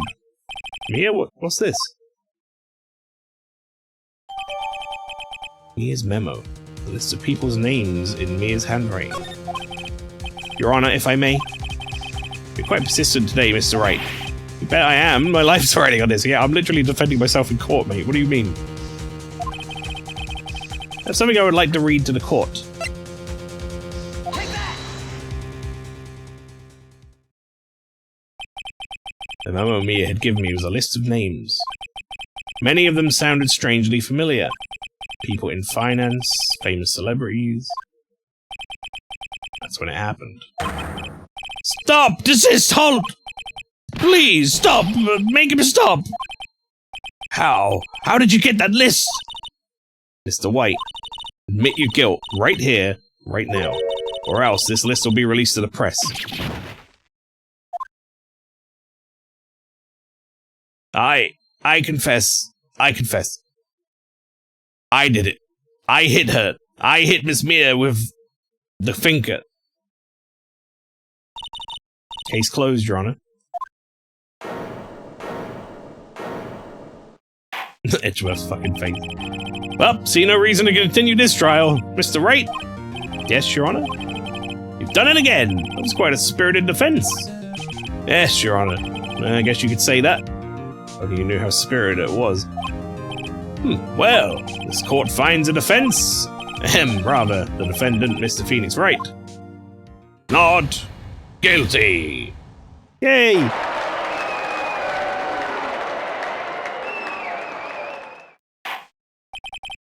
That is all. This court is adjourned.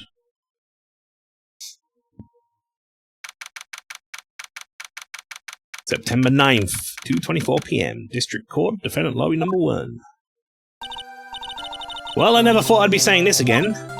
But congratulations. You're lucky I was born a Fae. Lucky I had both you and Mayor on my side. I'm glad you made it. Thank you, Phoenix. You risked a lot to help me, and Maya. I won't forget it as long as I live.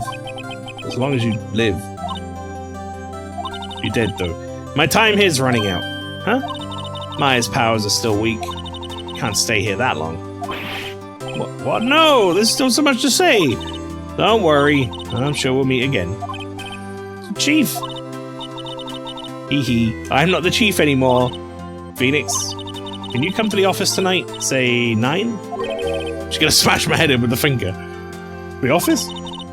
I'll see you later. Chief, Mia! Where's Maya? She's gone. September 9th, 9:02 p.m. Fae & Co. Law Offices. Being here, it's hard not to think about that night. You came! Mia? I was kind of worried you might not. Huh? Of course I came. Well then. I'm pretty hungry. How about a burger? Mia? You should see your face. Mia? What are you talking about? It's me, Maya. Maya? Like, Phoenix Wright's last, 5 lines. Mia? Mia? Mia? Maya? What, did I look like my sister? Look like you were her. Might be able to use that. Oh, Phoenix, go to the store and buy me lunch, would you? Maya, why are you here? Because of this. See, Mia wrote me a letter. Take care of Phoenix for me. Take care of? Huh? She means the office. This office. Someone has to help with the new Wright & Co. law officers, right? And who better but me, Maya Fae, reporting for duty. Wait, no, on second thought, let's make this casual. Yo, Nick, Maya here, ready to get down to business. You, don't mind me calling you Nick, do you? It's a great name. Maya said that's what your friend Larry calls you. Nick. You know what this means? We're partners. You know, when I think about it, it is Maya's fault I'm here now. But, if it wasn't for her, I'd probably be in jail. Wright & Co. law officers. It's got a good ring to it. Yeah. Thanks, Maya.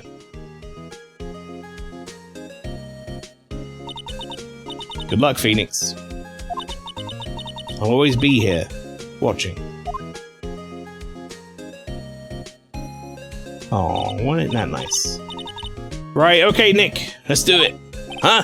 Do what? Burgers, dummy. Burgers! There's a great burger joint just down the street. Come on, time's a-wasting. Eat your hamburgers, Apollo. Okay, wait up. The end. There you go, folks. That's case 2 in the bag. We'll get that saved. And yeah, thank you for watching. Join me again for a third case. You can see the timestamps on the save files if you pay close attention and see when I record things. But yes, you can join me for the third case next time, which will be episode 3, Turnabout Samurai. We'll get into that whenever that comes out, I guess.